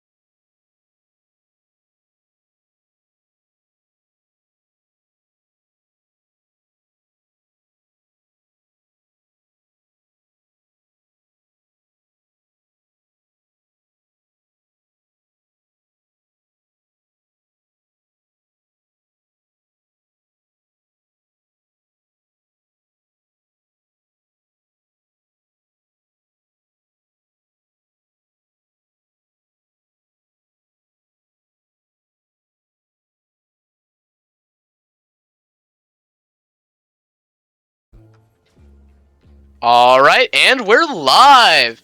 After some production issues where I just flat out ignored production for like a solid minute, we are watching this game. Solid 5-point from both teams. I think every game I've seen in this league has been just a 5-point from both leagues, not even an attempt. Even when one side has, Braum, Jinx, whatever else. I think, it was Morgana mid. No, Morgana bot lane. Lux mid. Some 80 carry with hard CC. And then a jungler with hard CC, and they still didn't go for the level 1 invade. So, at this point, we might as well start talking about Cheez-Its or something for the first 2 minutes of the game. I like Cheez-Its. Like, basic Cheez-Its are good, and then the Sharpshare Cheez-Its are a bit too much. Oh, wait, never mind. Delayed invade here. Nope. Leona takes two spells and just backs off. Fair enough. Nothing too important. Shen did not do the special gank. And both junglers starting topside, so maybe more of a focus on this bot lane planned from both sides, which is interesting to me considering that both bot laners are melee champions. Yeah. And both top laners would love to see their jungler pay attention to them. It's interesting. I guess both of them think that at the very least they can just stall out their lanes and just wait until they can be more impactful. Yeah, I guess neither Graves nor Shen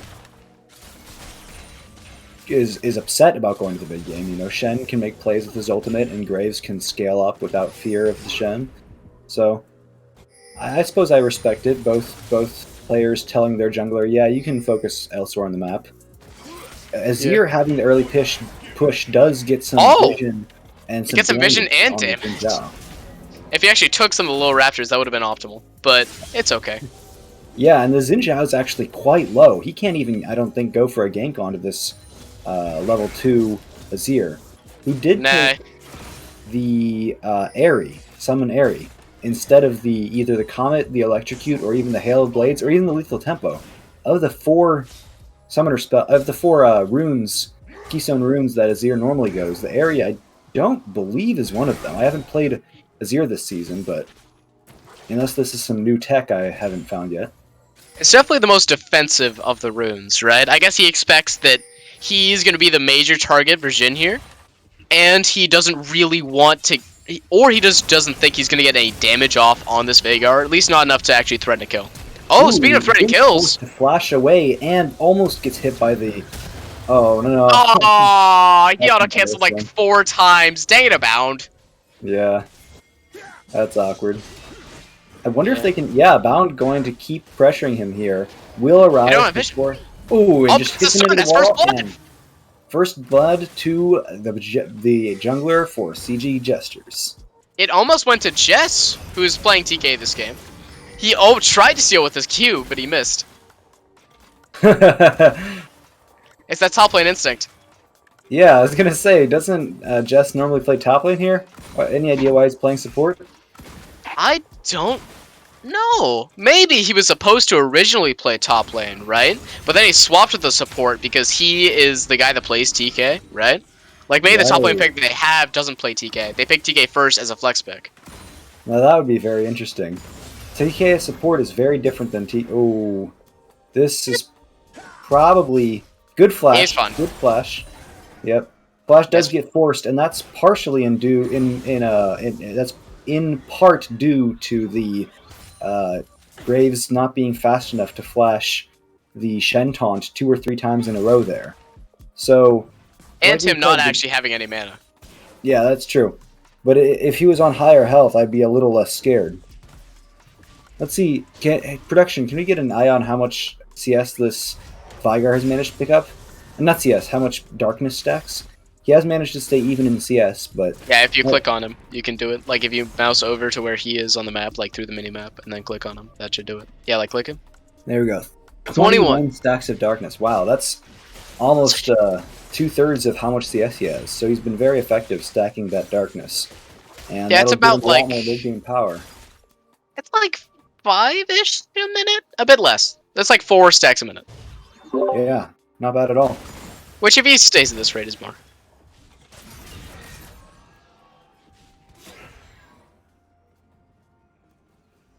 Oh! I've been calling Captain Can't Carry Jest the whole time. Okay, we just got a revelation from production. Apparently, Captain Can't Carry is not Jest. That is Captain Solo Q.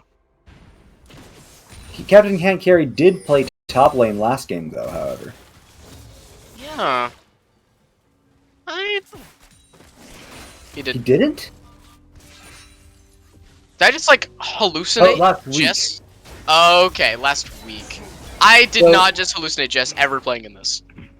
Something's wonky here, but we're all confused on what exactly it is. Yeah. Anyway, while we figure that out, I should notice. Oh, gank coming in from the bot Ooh. lane here. Good Oh, the flash, double but still flash. gets hit. Oh, Xin Zhao W just barely misses, but he does get. Ooh, can this? Oh, she'll get crit in the head, crit in the face by. Oh. Can't. Oh, It's actually two Tom Kent's extremely can't- low champions. yeah, everyone's super low, but Tom Kench can't quite get that last turret shot on anyone. So Yeah. Jinx does go down, counter First Blood, bringing the gold back to exactly even.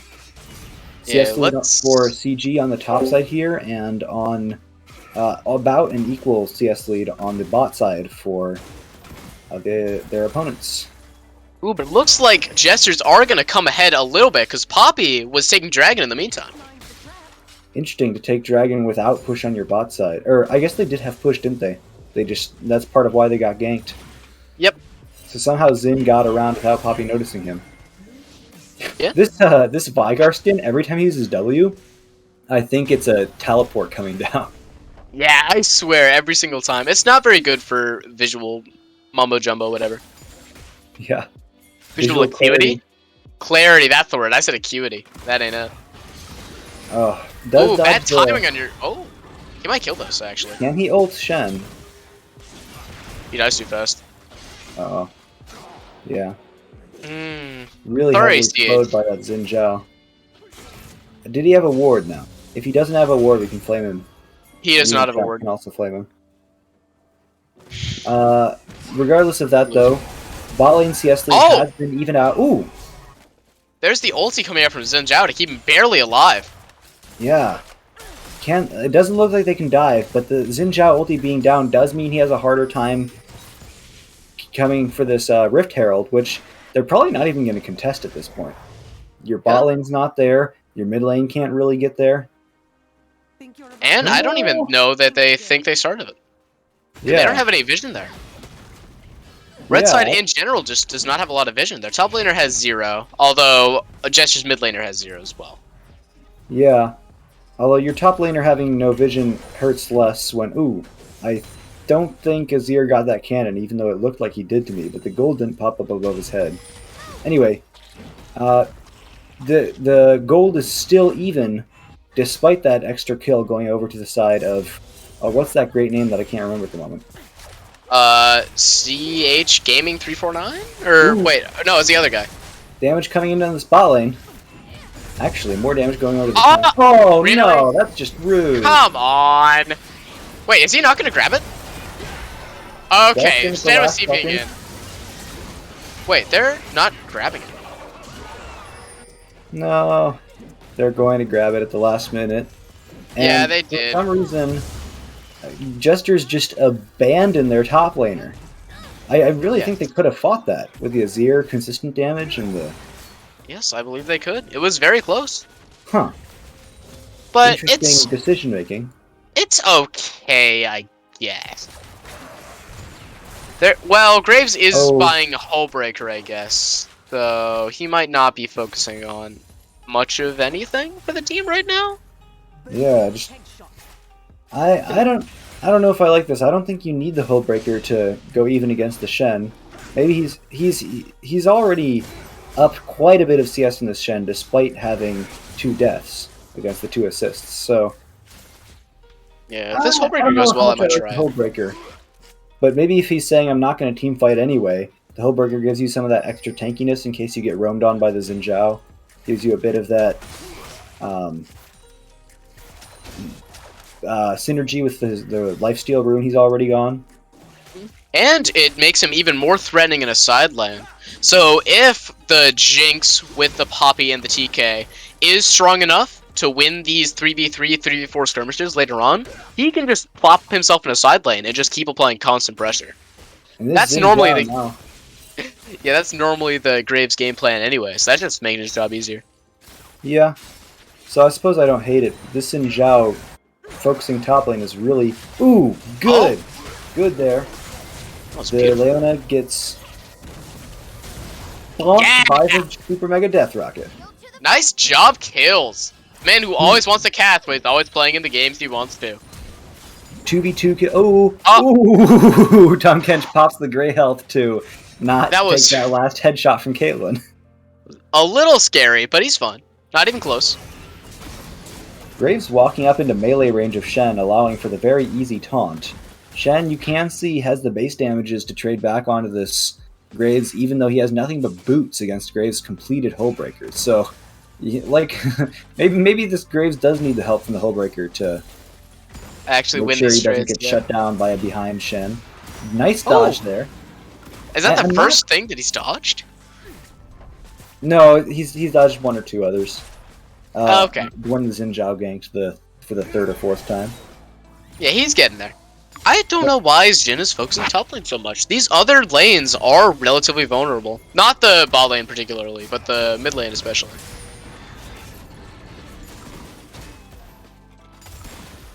Ooh. I missed how many... Ooh. Man, every time Xin Zhao W's, I flinch. Yeah, because every Good time off it means there it could be a again. kill. Ooh, looks like we have just 3v3 mid lane. Except there's a huge level advantage. That was very sad. That was kind of suspicious there, but I suppose he does live because they have an advantage. They have 4 people Oh. making... Stun just misses, but... Oh, thank goodness. ooh, Oh, the Shen ulti comes in to just barely save him. yeah, he does dodge the Jinx rocket, which hits the Caitlyn on the way out. Does a lot more damage than I would have expected to somebody at full health, but Azir does survive, and that will be another dragon going over to the side of Jesters. It's warded this Stacking time, dragons so, is not a yeah. bad late game plan, or even a mid game plan. You know, it denies your opponents from forcing you to contest that objective. Yep, now they have a solid buffer, and they can just Ooh. wait to scale. They know that... Oh, never mind. It looks Yeah. like collective experience here had the gold advantage, but not anymore! Oh, a bound misses yet another stun. That's a little unfortunate. The W from Jinx, the W from Leona allowing her to tank almost all of Jinx's fast but low damage. And every time we mouse over the mid lane, we do see Azir proccing this Aerie, so I'm not a fan of it, but the damage is starting to stack up. At some Yeah. point when we have a lull in the game, Jinx just picking up tower plates here, maybe we can get a look at how much damage that Aerie has done. I believe at this point it should be around maybe 400 at 14 minutes. I can see that's reasonable. Man, Yeah, there should be a button you can press to see all the runes. Maybe it's C I after you think click it's on C, them? yeah. Yeah, if you click on them and press C. Give it a try. Pop. That's another proc. Yep, that's it. It looks like Ooh, 34 Poppy procs flashes you over the cover. wall. Oh, no! Oh, okay, Jinx rocket. Nice. Just barely for the catch. Ooh. Ooh! What Ooh. a play from them. Caitlyn is still gonna manage to get out though. As Thank we you. Get out swap here to with the Graves. The Q. Okay. He flashes away, I believe. Ooh! Amazing catch. And he leaves it to a bound. Action all over the place. It looks like they want more, actually, but I don't think they are going to be able to kill Leona, even with the Ignite. What an Graves incredible did escape play. on the top side here. Somehow. Yeah. Oh! Ooh! Leona takes a crit. I believe that was a crit with the Kraken Slayer true damage on it. Takes a lot more damage than she was hoping to there. Yep. She is just barely alive. If she didn't use that Jinx rocket to just barely nab that kill earlier, that would have been a kill right there. This Kills has been doing carry. amazing. Yeah, Captain Can't Carry walking up without any of his team just to lick someone.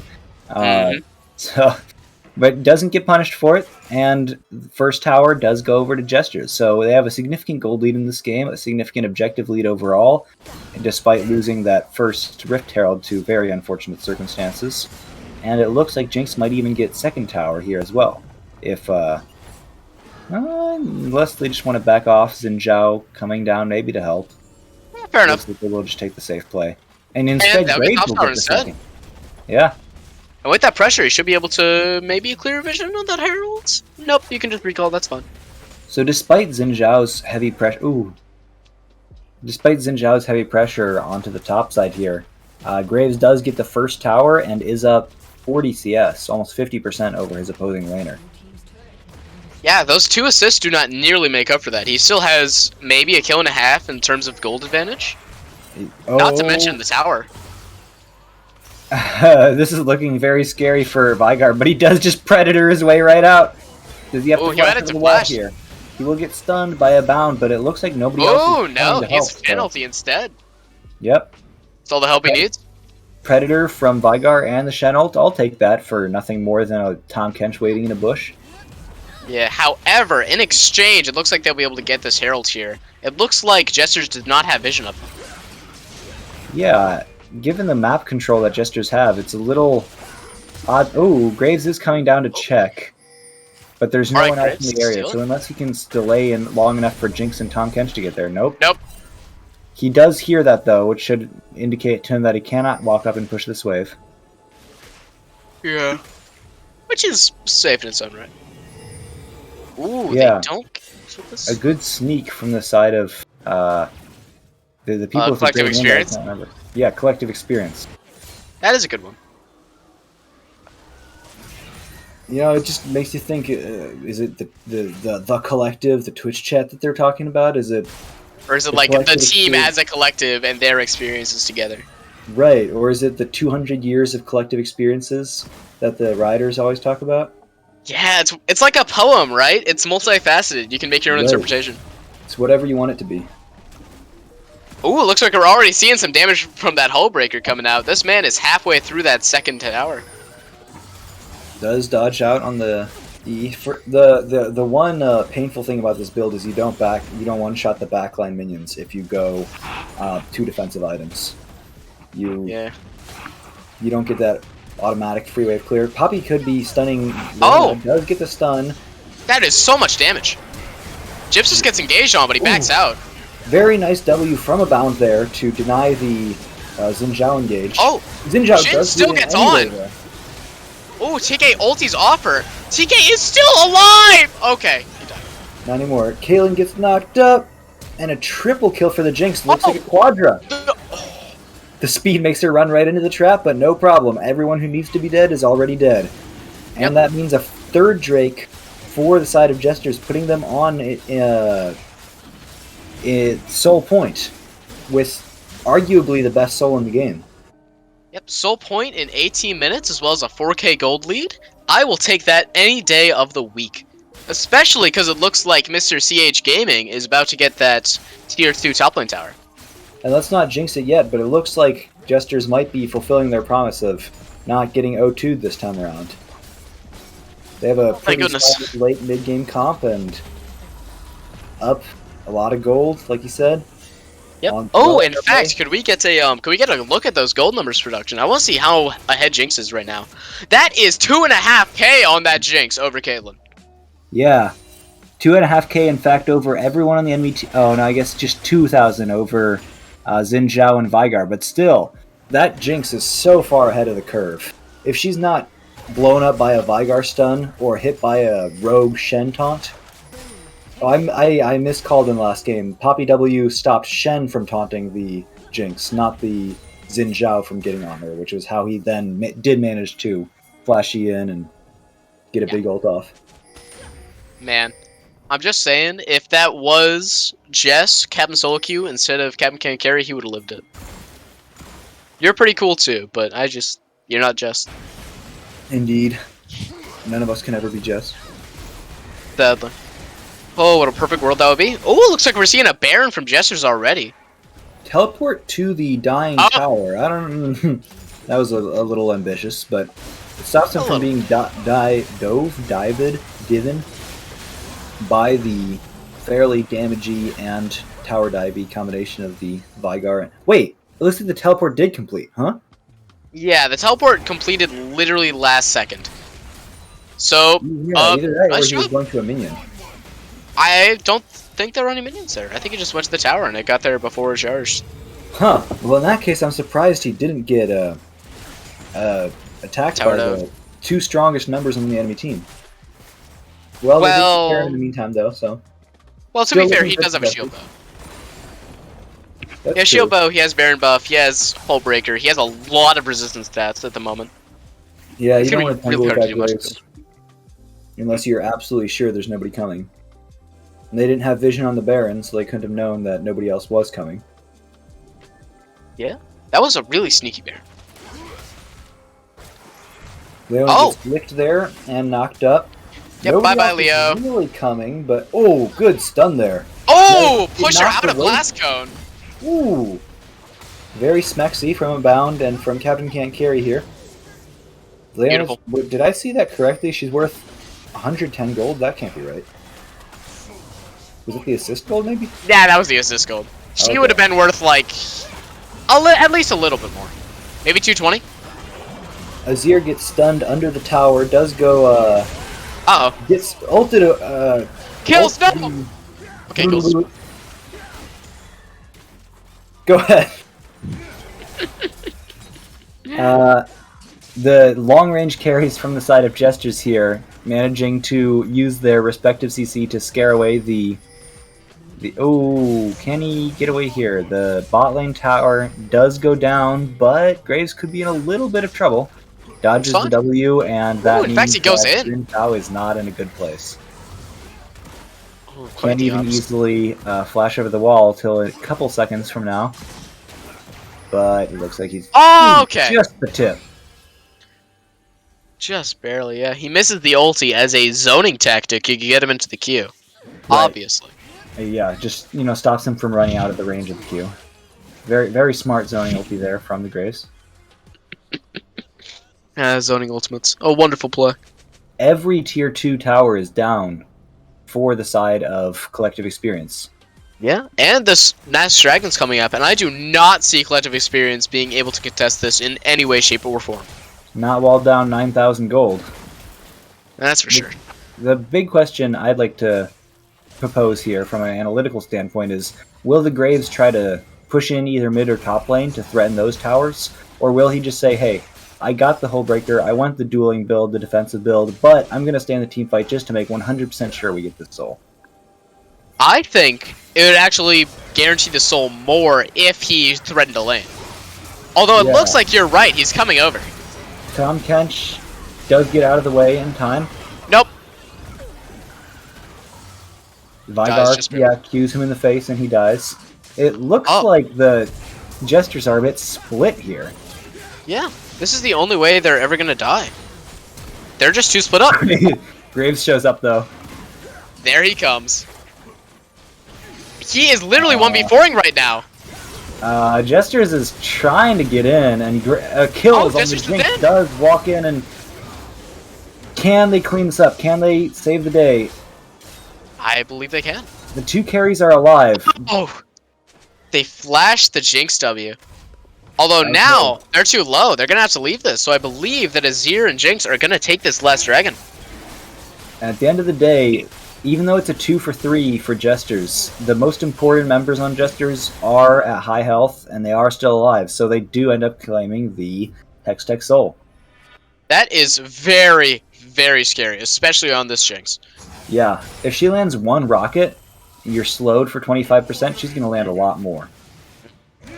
There ain't no getting away at that point. And it's AoE as well, so if you group up in the slightest, you're not only getting hit by the AoE from the rockets themselves, you're also getting hit by that chain lightning. And while we're talking about lots of things that you can get hit by if you stand in a line, stand in a pile, Jinx completed the Runons, which Oh, each rocket will also do its own damage. oh. Absolutely Speaking of items as disgusting well, weapon. going off of that, we can see Graves with the ultra defensive lifesteal build. That is a Hull Breaker. What is that? Immortal Shield Bow with the Bloodthirster. Bloodthirster. So that Yeah. is double shields with double lifesteal and extra armor stats. And I don't hate it. Yeah. Normally, for split pushing, I would even prefer damage or tank, but against Xin Zhao Shen, neither of them really has the damage to burst you down. They both win in prolonged fights. So if you can look, he's not even taking any damage from this Xin Zhao. I'd Flash Mastery too. I'm liking the CHK. Yeah. Clears out a ward behind him, but yeah, it looks like he doesn't really have to be scared unless he gets burst down by. I think it'll take at least 3 people now. Yeah, CP and those 3 Shen people will from have to be something. like Vigar, Caitlyn, and then one of the others. Right. 'Cause at Caitlyn this for the point, trap, Shen is Vigar not for the doing stun. damage. Shen is not doing damage to him anymore. Neither is Zin. Leona, nah. Part of that being due to Shen's build choice. He does go for the Frostfire Gauntlet, which, while not a terrible item in itself, I don't think I like it. A lot of the carries on... fight starting here. Xin Zhao eats a lot of damage, is forced to ult. Bye-bye, Jin. The Unless two kills coming beefy around here. frontliners are just taking him down themselves. Ooh. Yeah, they don't need no carry. Yeah. The fight's looking a little inelegant, but you can't argue with results. It looks like they're gonna try to trio this Baron while the rest of them go mid lane. Which is a respectable choice. Back back to the topic of that Shen build. Frostfire is good, it's cheaper, and like I guess it's better in fights where you don't think you'll do a lot of damage or you don't think you'll stay alive a lot. But this Shen, he's not gonna die very fast. So you want more damage over time. You want more dueling power, more DPS. Also, that was funny. Nice He job. dies because Graves autoed minions or the tower 3 times. But he will redeem himself by getting the kill on the Leona and on this mid lane tower. Could probably stick around for Inhib now that he has Baron buff, but I suppose everyone else is responding, so he doesn't want to take the risk of giving over that 700 gold bounty. And he's gonna take camps in the meantime? Nope, he's just leaving. Just gonna push out that bot lane and back. I wonder what he'll build next. Some Graves have been as outrageous as to go for an actual defensive item, like a Randuin's. Oh, the horror! You know, how dare a top laner do such a thing? He just crit for 838. That's scary. What? How is that possible? Doesn't Hullbreaker only give like 1 EAD? I think it gives you more if you're alone. I don't think. Nah, I'm pretty sure it only gives armor and then the. Actually, could you mess over the item real quick, Productions? Thanks, It's 50 actually. That's quite a bit. Yeah. Okay. Yeah. Okay. Fair enough. He probably has like 350 AD right now then, because Bloodthirster is a very heavy AD item. Marty, I'm scared, as not to be confused with the other Marty, I'm scared. Gets Q autoed by the Azir and takes more than half of her health. So both inhibs will go down, and I wouldn't be surprised if Clown Gaming just rushes Ends in. the game here. Yeah. Graves is not dying. Yeah, Graves does not die here. He does not take any damage. He's just melee frontlining. Good 3-man ult there from the Azir. Oh. And there they go. They've been picked apart ruthlessly, and no Yep. one has taken any damage. Yep. This is really just a shellacking. You know, they got their macro advantages. They played slightly better when it counted, and even though the Graves died top lane, he became an unstoppable monster in the late game. This isn't even late game. I mean, it's only 30 minutes. Yeah, he had his priorities straight from the start. He knew that he needed basically every defensive advantage he could get just so he could become this unstoppable monster. This man's been planning this since like minute 5. Honestly, props, respect. Yeah.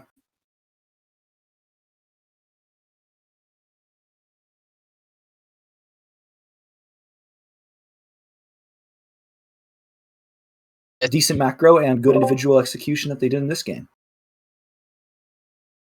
The bound on the Poppy really exceeded my expectations. We saw a decent Poppy game last week, but I mean, he missed like half of his taunts, or not half his taunts, half his stuns. But the stuns that he did land were very impactful.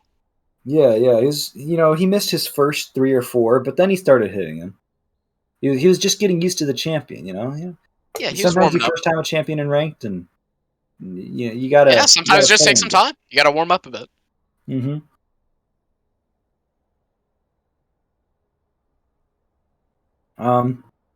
Any chance we can see the graphs here? Graphs tend to be easier to look at. That's some wonderful graphs there.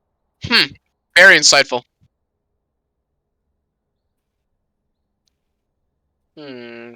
Well, if you see those two blue circles at the top, right? I believe this means the blue team won. Yeah, well, thank you, production. And it looks like we're gonna Yeah, sure. take a little break before we get into draft for next game. Sounds So, good to We'll me. be right back. Yep, we'll see y'all in like a few minutes. 5, maybe less.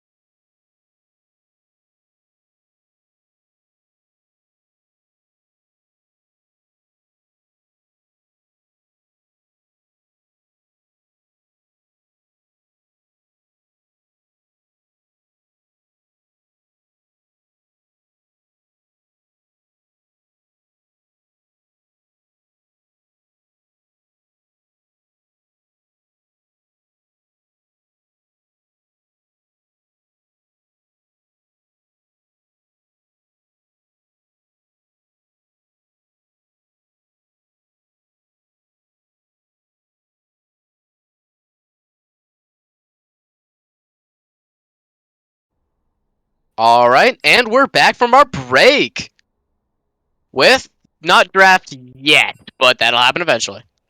Looks like someone on the other team, someone on Collective Experience, is waiting for something. So, Probably. in the meantime, we get to address the guy in chat. Address the guy in Cheez-Its. Address the guy in chat who agreed with us for our praise of Cheez-Its. What's your favorite Cheez-Its flavor, chat? Ooh, my favorite Cheez-Its flavor. That's always a hard one. Original, you can never ever go wrong, but the white cheddar Cheez-Its are always going to be my favorite. Yeah, that's what everyone says. The white cheddar, and like, I'm not saying the white cheddar is bad. You know, it's definitely if you're gonna have three little Cheez-Its, the white cheddar is probably my choice. But can you But yeah, really I feel eat like a whole overload. bowl of them? I feel like you Well, overdose on the cheese. Well, that's true for a lot of the Cheez-It flavors, right? Like any of the Yeah. Cheez-Its with flavoring dust on them, like the sharp cheddar, or even just the crisps, right? The ones that are made to be extra crunchy. If you Oh, have yeah. more than like a little bowl of them, it gets too much. The only ones that you can actually eat like a large amount of, besides like maybe one serving, is the basic Cheez-Its. Well, I've never had the crispy one, so I would ask you about that. But it looks like draft has started, so let's jump in this. Not scare away all our raiders from Elemental League. Oh yeah, hello Elemental League people. Hi. Same bands coming out so far. Trundle against Abound. Poppy getting added to Ooh, the Abound ban list. I'm And scared of that him. is in place of the Kindred, I believe. Ooh, and the And Graves. They're scared of yes. CH. Yeah. I mean, I would be too. Yeah, after his That man was performance a in that last menace. game, they put him in the dirt twice in the early game, and he still just comes right back out swinging and split pushes down the game. Ooh, they Kindred. banned 2 of his picks and then stole the Kindred from Abound. Looks like they really want to put him on an off champ. And Kindred, on top of being an absolute terror in solo queue, is also one of the better champions, one of the champions that had a big impact in game one for collective experience. So already this draft is going a lot better for collective experience than last game, just based on picks. It does mean that Jinx will go over to Jesters, which is another pretty impactful pick in both games on their respective teams. That is the question, though. Is it a good idea to first pick the Kindred here? I'm not so sure about Kindred's jungle matchups, but aren't there some matchups which just destroy her early, and then like she can't actually get her early marks and has to scale back up really slowly? On the one hand, yes. On the other hand, you can always coin flip first mark, and Jarvan is not one of the ones that. Yeah, no. No, Jarvan has to get stuff going in lanes because he can't dual Kindred. She can always just dodge his stuff, and he can't really contest her in the late game because if he traps people in his cage, she just ults on top of them. So, not a fan of the Jarvan pick. It is nice into immobile carries like the Jhin, but you didn't even see that. It's Yeah, like they just did that for you. They counterpicked themselves. yeah, it must just be a comfort pick for Abound here out front in Jester's team, given that two of his champs, I suppose, and then one picked away and 2 banned away. Again, the Jinx Tom Kench bot lane for Jesters, and Tom Kench is just really good into Jhin. Yeah, Tom So- Kench into the Jhin is incredible, and generally in the war between the big chonky supports, he usually is a little bit faster than the Nautilus. Like he's a bit more high tempo, but he has less CC to make up for it, and a little bit more damage. Chat pointing out that Kindred has like 3 losing matchups, and none of them are going to be in the Elo. I completely agree. One of the reasons she is such a solo queue terror is because it requires a really solid understanding of pathing and a reasonable reliance on your teammates to stop her from getting those marks. And neither of those are very common, although you might hope to see more of them in a team such setting in Gold League. I guess I've just never played against a good Kindred. Fair enough. Oh, tell me, I'm very jealous of you because Nico actually, let me forget what I was going to say there because That's a Nico fun one. got some buffs on this patch to let her one-shot the ranged minions with a Q. And that's actually That is massive. good. That's Is kind of what bad. pushed Lux into prominent pickhood. And we could see the same thing for Nico. She really bullies lane into a lot of the meta mid laners. Ooh, but then we see the Including Syndra in response. Yeah, I don't think Syndra will do well into this Nika. Yeah, Nico's very good into Syndra. One of the few champs that can actually contest Syndra's insane laning power. And she has her own shield and her W dodge to get away from Syndra's ultimate. Malphite. Malphite Blind pick. pick Malphite. That is a very good. I feel like he's kind of the opposite of what you want with the Kindred and the Syndra as well, because it looks like their team wants them to come to you. But then the Malphite, his whole thing is that he wants to go in. He wants to use his buttons. He wants to engage. So I'm not too sure what the plan is. Ooh, Does the pair Gnar. with the Jhin. Ooh, Gnar. Malphite is very good into Gnar, so I feel like, again, Jesters have counterpicked themselves a little here. Well, I'm not a fan of the Jarvan. I'm not a fan of the Gnar. I suppose they're thinking between Jarvan, Nico, and Gnar, you have an insanely good team fight Womp.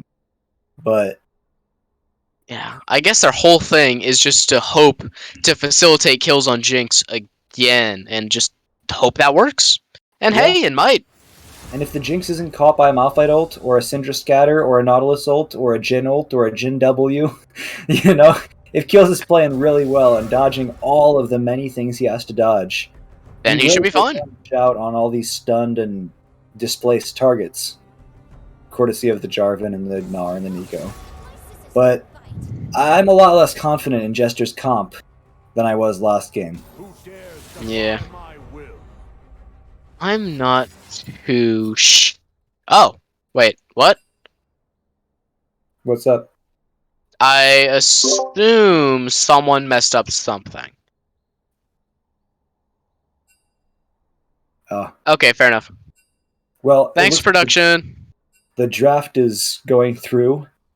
Someone just left the queue, so it's being remade. Oh, But is that what really is on the two screen- Marty I'm Scareds? Yes. Oh, Yes. One of them Well, has a little accent mark on his name, so Marty in the bot lane. Not Marty confusing at all. and Marty. Woo! That's a reference to the Muppets Christmas Carol. The Muppets Christmas, though, that's the one with Ebenezer Scrooge. Yeah. We watched that in 7th grade, and I just about had a heart attack. You know that scene where... Oh, reaches I know out to the exactly what knocker? you're talking about. Man, I about fell off the couch we were watching on. Yeah, 7th it was grade scary. language arts class. Your worst decisions will haunt you.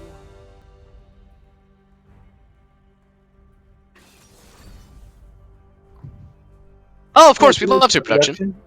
If you haven't been watching our stream from Game 2, it was pretty one-sided. A lot more one-sided than the 48-minute banger we had in Game 1, with 3 dragons on either side, 2 barons on either side. Yeah. Game 2 is pretty much a shellacking. There were a couple individual outplays and a couple well-played macro decisions, apart from that one fiasco near the Rift Herald. Oh, I don't know what you're talking about. That clearly didn't happen. We're gonna censor information here to praise Jesters. Yeah, I mean, Jesters just had a perfect early game in Game 2, which led into a pretty easy late game.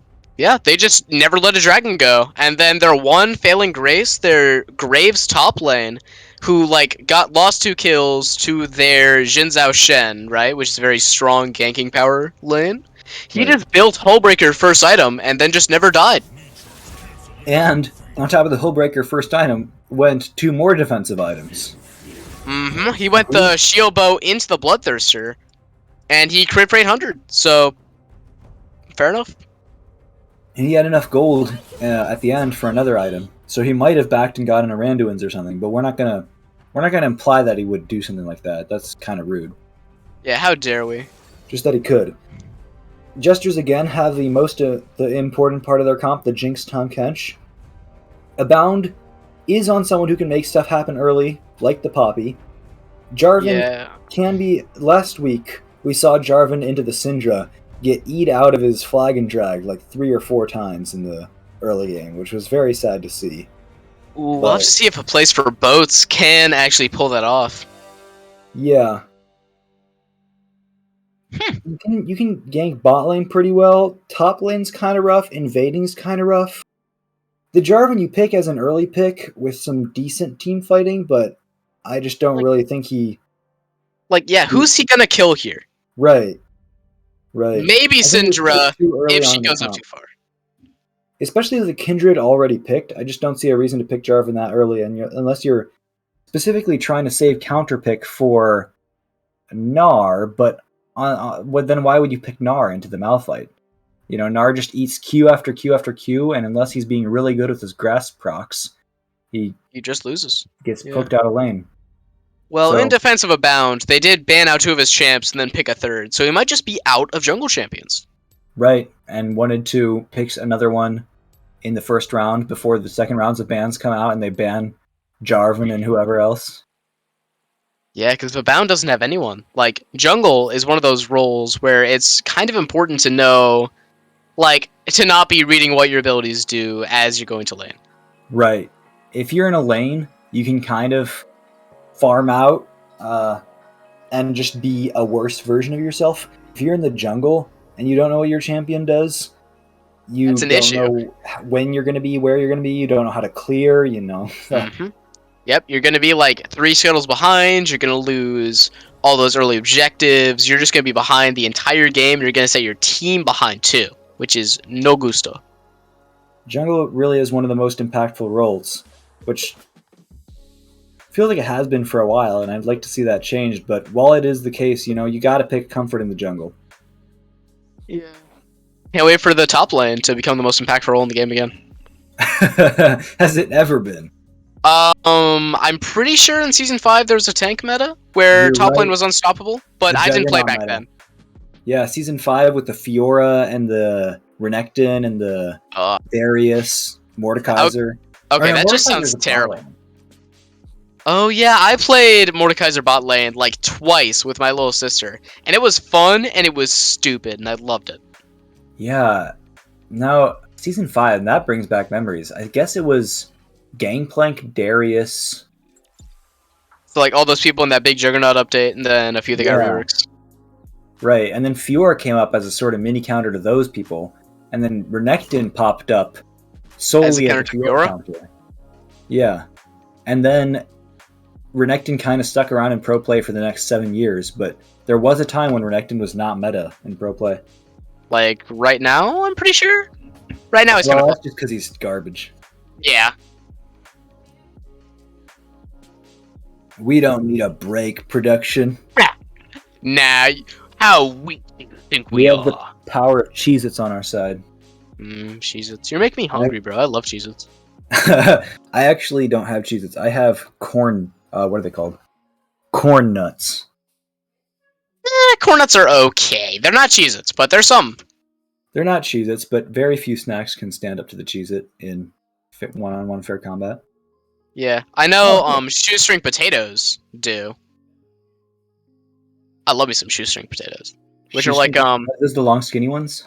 yeah, the really long, skinny like sticks that are like potato chips, right? But they're Yeah. just like really crunchy, and like I don't know. It's like the texture of it is completely different to a normal potato chip, right? Like there's no risk of it like slicing your mouth open because it isn't fully chewed. Because How do you it's eat a normal stick. potato chips that slices your mouth open? If you like half chew them and then swallow too fast. Ugh.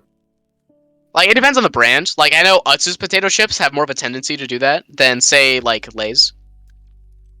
Man, this sounds like a lot of American brands I should stay away from. Oh, are you not a Native American? I'm a Ukrainian. That's why. Yeah, I'm a pure-blooded cowboy, or whatever they call it. I'm living in America for quite a while now, so I mean, I do know like what Lay's are and stuff, but Yeah, some of the smaller brands. I'm not even sure. Utz might be a local brand to where I am down in the southeast. Yeah, southeast. I'm not too sure. I'll have to do some research on that. Either way, Lay's is all reliable. Utz has the risk of cutting your mouth open, but they do have the best flavors. Like if you want sour cream onion chips or barbecue or whatever, Utz is the that boy. worth it? I say so, because it's pain and gain. I suppose. We do have Shanghai Scrolls Nico against Shanghai Scrolls Jin here, and Shanghai Scrolls Nautilus. Marty I'm Scared and Marty I'm Scared coming through with the Skinnergy bot lane. Hopefully that's not the only reason they picked those champs.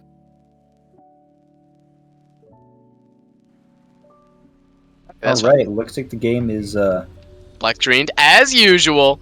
Yeah, Not we that you usually can cut see away it, during but- this bit, so y'all can see us waiting for around 30 seconds for this to start working. you play any other games? Right now, I've been playing a lot of Guilty Gear Strive. I got it 35% off for a Humble Bundle thing a few weeks ago, and I've been loving it. Is that one of those waifu games? You can call it that. It's the best fighting game of last year. It won the Game Awards. Right. I remember this. Yeah, Is it would have is that the won game with the Big Band? What'd Or you is say? that a different game? Is that a game with a character called Big Band, or is that a different game? Oh, you're thinking of Skullgirls. Oh, okay, yeah. I saw It has I saw a very big similar. band player who would play things like the Amogus theme song or whatever whenever he got a kill. All right, looks like Okay, we're okay. about to get into the game. Yep, we're good. Yep. All right, production just forcefully told us we should stop talking about video games and start talking about the only real video game, League of Legends. In my server, every Up. discussion of oh no, 10 gold to Syndra. That was too close to the tower. No. It's already over. As we know, losing a ward early puts you at a 1 CS advantage. That gold lead is insurmountable. It looks like Jesters has already lost. Infinite gold, infinite CS lead over to the side of collective experience. Ooh, not even just the gold lead. It's also a vision score lead. Yeah, 1 CS or 1 vision score for Syndra. Who said middle laners don't know how to ward? Exactly. Me. I'd like to see this. I'd like to see the automatic observer focus on the Nico versus Syndra matchup because I'll be really interested to see how that one turns out. Bot lane and top lane could have some sparks fly, but Yeah, I feel like they're going to be relatively stale, unless Marty and Marty are able to just absolutely dominate this Jinx mechanically. yeah, I kind of don't expect so. But you never know if the Jinx steps on steps in the way of a Nautilus. Seeing Kindred jungle just makes me recoil. Kindred is going to go for a. Well, if we have a cheese gang here. Oh! No, he Already. got flash. Abound! Abound! Abound! Is that a kill? No, that it was does get the very flash away, close. though. What Yeah. a cheese gank. Nice job, Abound. Level 2 gank does get the flash out, but Nico did spend her ignite, and Syndra still has the TP, and I don't think she even needs to back on this wave. So No, I don't overall, think so. just not getting what he wanted to out of that cheese gank, and it does mean Kindred got the Krugs and doesn't fall significantly behind from the long clear time of the Krugs. So we'll have to see that flash punished if we want Jesters to come ahead again in the early game here. Yeah, I believe Nico does have the tools to punish that with 1 or 2 more good trades to really threaten this Syndra, force her to back, use her TP. But unless true. she can actually land those E's, which so far she's not been having a very good look at, it's not gonna happen. And Nico does have her own flash, so if you can get a flash E through a short range minion, Abound. That's- It's not gonna yeah, happen. that's awkward. It's very awkward. Yeah. Goes for the flashy, misses the flashy, and that means that they'll just be safe.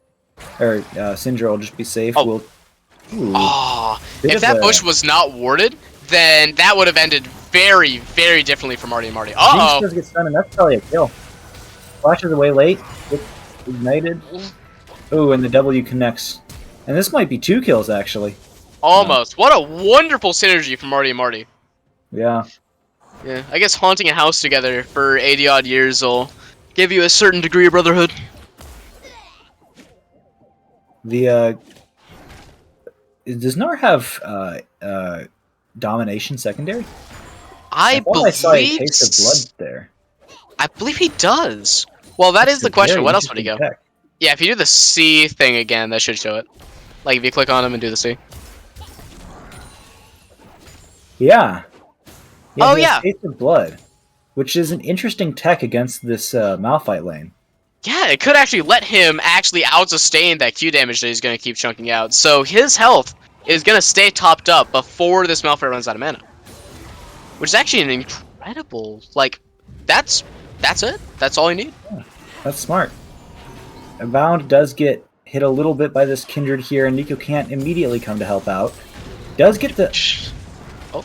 Good trades going on here. Let's see what happens mid lanes. Looks like nothing. Looks like nothing on any side, and just people farming away and looking threateningly at each other. Yeah, fair enough. I believe that Collective Experience is going to get this dragon here. It looks like they're all trying to collapse down onto the Captain Kills here. On top of the early, Uh-oh. gets stunned out of it by the Syndra scatter. And on top of the early kill, and now another second early kill, they've also have significant CS leads in every lane except mid. I guess not significant in top lane, but better than you should be in top lane. Yeah. And the early game is not going as well as it was looking last game. Let's hope they can turn that around a little. What was that production? Oh. That's Sincere adorable. apologies. I was referring to the two ghosts from the movie. Sorry, chat. Looks like Marty and Marty are married, according to chat. That's very adorable. Yeah. I wish I had a duo partner IRL. Ooh. Imagine that, a relationship where you have like a couple League of Legends accounts. That would be wonderful. The funniest League of Legends couple name I saw is probably not safe for stream, but yeah, I'd like to have that kind of relationship. It'll happen one of these days. Mid lane is the team mom. Wow. Lots of fun IRL gaming coming. Oh, man, you can really see the Pope starting to pile on from this Malphite. He's within ult range. Uh-oh, yep. It's all gone. Unless... Ooh. Uh-oh. Uh-oh. Is he fine? Cute. Is he just gonna... Okay. And due to some, I believe... Whipped it. Yeah, it has to have been a mechanical outplay. I was sure Malphite could have killed him there. He didn't Q him. Was he out of mana? I believe he was. That Malphite Q costs like 85. Yeah, oh, that's tragic for Malphite. Very good for the side of Jesters, because Nara really overstaying there. Ooh, Root does hit. Is that a kill? That's totally up. No, gets eat away. Beautiful shove. Yeah, good shove to prevent the kill from going through, but it does mean Syndra will have to teleport back to lane. Looks like a gank being set up here in the bot lane, but... Yep. Oh! Ooh. Okay. Nautilus with a good hook, but he might be just sacrificing himself to let Jhin get away. Yep. It's beautiful. Brings it to the, Yeah, I don't know. I don't think they could have both gotten away there, so that was probably the correct play from both sides. Actually, Nautilus might have been able to... He might have been able to hook a wall and maybe get out, but that might have sacrificed Jhin, and he might have tanked that CC. Right. Oh yeah, I believe in the operation. Fun going in from the Gnar, but again, Gnar's kind of missing CS to get some of this poke down, and maybe that's necessary to... Yeah, he's still ahead, but it is significant. Actually, wait, I think Kills wins this. Yeah, nope, Kills wins it. Never mind, that is too much damage. You do it was not looking win close for a second. Kindred. Oh, she leveled up during that fight as well. Yeah, oh, that's so sad. And once again, individual plays are, well, I guess not once again, contrary to what we saw last game, good happy feet from this Tahm Kench, but the individual plays are not going towards the sides of Jesters, and that seems to be what at least these last two games are based on. Yeah. The individual play and the like skirmish synergy, just like the communication and the team play and knowing where the enemy is at any given time and responding in kind is something that Collective Experience is really excelling at this game. CH Gaming 349 for the side of top laners on Jester's side here doesn't side of know top the laners on matchup. Jester's I wonder if he didn't know that this is a bad matchup for Gnar, and that's why he picked into it. But he's ooh, good poke going on to mid lane here. Ooh. That is so much damage. And we are seeing how good this Nico can be into the Syndra. Oh no! Nice one, bound. He gets the kill anyway. He's good. Yep. All right. Fair enough. Oh. Yep, and that just means Kindred will have to cover mid here. Actually, Malphite's walking down. Malphite has ultimate. Oh. No, Malphite. Yeah, Malphite actually missed it. Jarvan was able to flag away. And Kindred does not have ult here, so if okay. Kindred has to flash just out of the fear of Nico also flashing. Oh no! Okay, come on, God, yes, you can do it. Please. Kill him! Please. Okay, with the last right. the Kindred does go down. And that means they get to stay away Kindred's jungle, and might even get a kill on the Syndra here if she's not careful. Oh, Kills is going back. I mean, Captain Can't Carry is going back in. Did no ult on any of the members here. Uh-oh. Ooh, just barely gets out with her life. If That was Malphite so doesn't walk over the wall and close. cue her. That was extremely close for both sides. Syndra and Nico are both at about the same amount of health. That really could have gone either way, but at the end of the day, I guess nothing happened.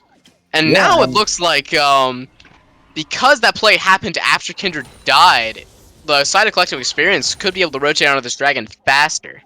Gold is just about even. So even if another dragon does go over to the side of collective experience, it's not the end of the world yet.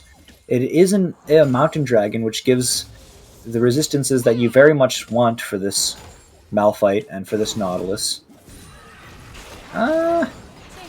Kindred again comes bot lane instead of doing the dragon. Maybe they were looking for a gank that didn't end up paying off, but Or they could just be pushing in the wave more, just securing it even more than it already was. yeah, on the other hand, it means this Jarvan, who had already accepted having to give up the dragon, is already starting very smartly the Rift Herald, and it looks like he will get that without any possibility of contest. Yeah. Fair trade. You know, this I'll will take that. put CG Jesters back in the gold lead, or I mean not back, will put them in the gold lead for the first time this game. So I don't hate the trade for either side. For all you Really? aspiring Gnar players into Malphite, this also happens with Jace or a number. Oh, Uh-oh, seems like this Ooh, Kinder good ult stun. is actually really good. Gets the stun Oh. off, gets... It's done on both sides. Oh, he actually gets the root off, that might be a kill! That is Yep. a kill! Very nice from the Nico again. Oh, it looks like Kills might be able to engage on this here.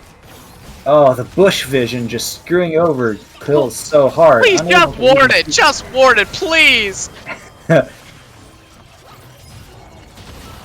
Ooh, a wonderful There's the rocket ultimate, from and it looks like Kills. they will be able to run down Marty I'm Scared after having already killed Marty I'm Scared.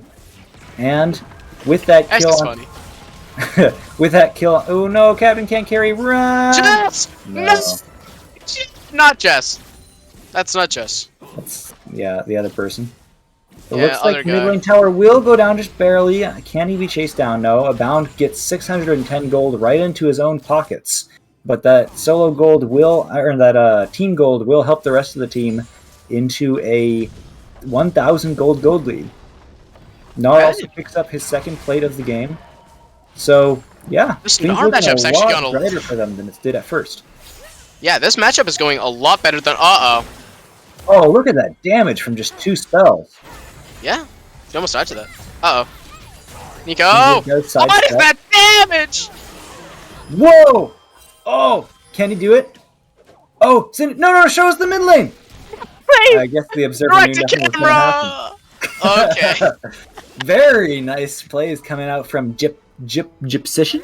Egyptian, Yeah. yeah. Egyptian? I'll have to ask him after this game. Stopwatch. 4-0 on this. Ooh, nice snipe from Kills. Was beautiful. Kills has been rocking with the snipes, especially like last game and this game. I think it might just be like the best Jinx, period. Yeah.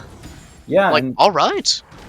you know, if it were just Jinx performing well, we could say Jinx is overpowered based on the fact that she's been a powerhouse all 3 games, but this is really just the players being good with her. I mean, that could have been an Ezreal, that could have been anyone with a snipey skill shot, and there it So goes. good.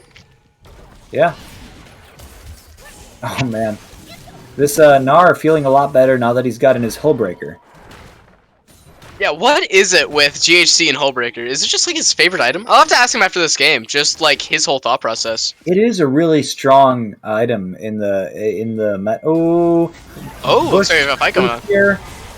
Oh, but the damage from the Nico! Oh, it's already gone! Wait, what happened there? Nico got devoured by... Oh, Jin gets stuck in the thing and shut down. The Jarvan Cataclysm, that's a thing, I suppose. Nico got swallowed by the Tahm Kench wall in her ult, and it looked like the ult didn't go off, but people did get stunned, so it must have just been a funny animation in the spectator Wait. client. Wait a minute, I don't think so. I think it might have when TK eats her, it might get rid of the circle around her, which shows its hitbox in its range. That might be, like, crazy. That'd be weird. Because It doesn't go off if you're disguised, but she was being hit by Nautilus ult, so she wasn't disguised already. It must have been the Tom Kench, like you're saying. Yeah. Production, can we see the gold on individual members? Yes, please. Oh. Significant gold lead for the... What's wrong? I can't see nothing. Oh, I said significant gold lead for everyone except Jin, who's actually about 1,000 gold ahead. Interesting. I guess that's the what 4 kills will do for you and 20 CS lead. I am extremely pixelated on my screen. I'm used to pixelated. Oh, we're back. Are we? Nah. Well, nothing's happening at the moment, so it's not really that important. Yeah, I can see the... Oh, we're seeing a root from... He misses the Q, though. That forces the Kindred ulti. And here we have the Nico ulti. Hits 2 people. And Kindred is dead. Wow. This Nico damage just looks bonkers. Okay, I guess we're should watching top try lane. Nico after this buff. Yeah, that looks really insane. She's pressing 2 buttons and killing everyone. Oh, there goes Yeah. Syndra. There ain't no way she's getting out of that one. And Kills gets another kills. And these are just kills, no pun intended, across the board. No! No, Oh, he please! misses that one. No, kill CH! him. You can do it! CH, please! CH, please! Snipe him. Okay. Oh, is he gonna... Oh, no, nah. what? No, he didn't even try for it. Aw. I love those snipes where you fire the thing in one direction and then step out of the way. I've only had it happen one time, and it's so amazing. I've had that happen to me, and I was so salty. But like when that Alright. happens, you can't even be mad. It's just so cool. All together, and an incredible play for the side of Jesters. Sets it to a 6k lead. Plays with across that the drag. board, busting open an even game to just even get the Drake stop the dragon stacking and get some damage of their own. And as much as we said this Mountain Drake will be nice for the Nautilus and the Malphite, who particularly like tank stats, the Infernal damage will be super nice for almost everyone on the side of CG Jesters. Yeah. Especially Nico. I believe with maybe 1 or 2 more of those Infernal Drags and some more AP items. Uh-oh. There goes Marty. From Jin coming out, but someone's already dead. Kindred tries to get involved, but just being zoned away single-handedly by this Tom Kench. And ulted, it looks like the Malphite failed his ult over the wall, and he goes down. Kindred goes down after being devoured by the Tom Kench and beaten into the ground. A bit of a stun here, a bit of a root here, but it looks like he'll just be fine. Oh, actually goes back never in. mind. He goes for the re-engage. Knockups. Ooh, just missing there. And Jin does get away with the Gale Force. It just... Wait a minute. Can't Carry want to keep fighting this until Nico gets here? I think he does. Oh, that would have been fun. It would have been. They do have There's to back some off with a lack of any wave here. But still, Oh my goodness. I mean, Jesters comes out of that play like 3 or 4 kills richer. And Jin's walking up here when I don't know if he really wants to be. Yeah, it's not very safe. They already saw the Jinx Rocket go by, but Nico is still very, very scary. He also doesn't want to be there because they're popping hero top lane. That's also part of it. Kindred is pretty scary in this situation. Abound did waste his, did use his E for the attack speed, so he has to flash out of there and blast cone over the wall. No further downside other than that burned flash. Jinx still has healed. Flash should be up for the next team fight, unless they're gonna try for a 20-minute Baron or something silly. I don't know how silly it would be, especially for the side of Jesters. They're very strong right now. I believe that they could just win that. Especially if Nico's actually able to get on to Marty I'm Scared, the one that's Jin. The coach of Collective Experience is in chat, taking the blame for Game 2. We did say Jesters outdrafted them, and he's saying, yeah, the draft made it a lot harder for the players to win. So the draft is a lot better from both sides this time, and we'll see how the execution plays out. So far, this Nico is just proving to be a sort of, I don't know if off-meta is even the right word, but an uncommon counterpick. I call it a wild card. Man, that little scuttle crab dashes all. Hey, I've been one-tricking Vex recently whenever I get mid lane. Yep. Did you know scuttle crab dash gives Vex her passive? Really? That's actually really neat. So it's not just It's not just champion. So that means that Scuttle Crab is coded as a champion, right? And their dash counts as a champion dash. That's Yeah, I very guess interesting. so. Or maybe all camps are, but we don't know it because none of them are dashes. Yeah, Grumpulus the the other camps third have dashes. used to. Wait, Grump what used to did? back in his day. Grump? Yeah, back in his day, but now he's an old British gentleman. He's not as spry as he used to be. I don't remember that. Wow. Huh. Grump? Wait, what did it look like? I'm kidding. Oh, I was trying to go. I was trying to go with some gotcha. Grumpulus the third joke, but I like lost it midway through and still tried to follow through. Gotcha, I'm working on it. Full damage actually coming out from this Jarvan, who's 2-1 and 9, has very high kill participation and decides to just go the damage route. I guess figuring out they already have 2 half tanks on their team. They don't need another half tank. Just want to blow people up before the fight even starts. And fair enough, yeah. Yeah. Like whatever works, bro. And he's saying about even in CS with this Kindred. Yeah. Although CS on Kindred means a lot more than CS on Jarvan. Still, I think I'd rather have a 2-1 and 9 Jarvan than a 1-5 and 2 Kindred, but that's close. I'm really scared of this Kindred. You know, if you try to go in and kill everybody and the Kindred gets an ult down at the last second, I suppose Jinx still has the consistent damage, and Nico has some amount of consistent damage with Qs. It looks like we are positioning for a dragon fight. The side of Collective Experience does have a ward here, does get cleared out now. Tom Kench is a bit... Oh, not off just from the rest very the out of team, position But is here. he just trying to lure people away from the dragon? I believe he is, but that's not where they want to be. They're too split up right now to actually engage on this fight. Abound has been ulted. I'm getting stuttering. I can't see what's happening. Gnar gets a 2-man ult into the wall. Kills is sort of just walking around. Does get the ultimate, but they have already died. Kills needs to pick people off, but it looks like he's just going to run the opposite direction. And Town Kench will be the sacrificial catfish to allow Egyptian to get out on this Nico. That A little was actually... unfortunate. That was The an most incredible play. Go Oh, ahead. no, you go. No, you go. I The insist. most unfortunate thing is that Jin managed to steal the dragon, which not only puts them on sole point, it also means that Jesters don't get to push their huge lead, and they gave over an objective bounty, and they gave over another objective bounty. So gold is now to within under 5,000 from having been a huge snowball. Yeah, that was just an incredibly well executed play from Collective Experience in pretty much every way possible. They were able to single out the two biggest, well, they were able to single out the single biggest threat on the team in terms of burst damage and initial engage, the Nico, and just force her away from the fight just through zoning and pressure. That was a wonderful just walk in. Because at the end of the day, that's what they did. They just walked in a pit. And it worked. Yeah, and one of the things you often think about against teams like Clown Gaming's, against teams with a Gnar and a Jinx and a whatever else, is spacing. You try to keep yourself apart. You try to not get in a position where multiple people can ult you, while the team with the AoEs tries to surround you so that you have to get into that little position where you're easily ulted. This game, we saw a situation that should have gone well for Clown Jesters. They had that surround, but instead of grouping and trying to get away, Collective Experience just picked 2 people and ran at them, and those people were out of the fight then. So, a team outplay more so than any individual player outplay there.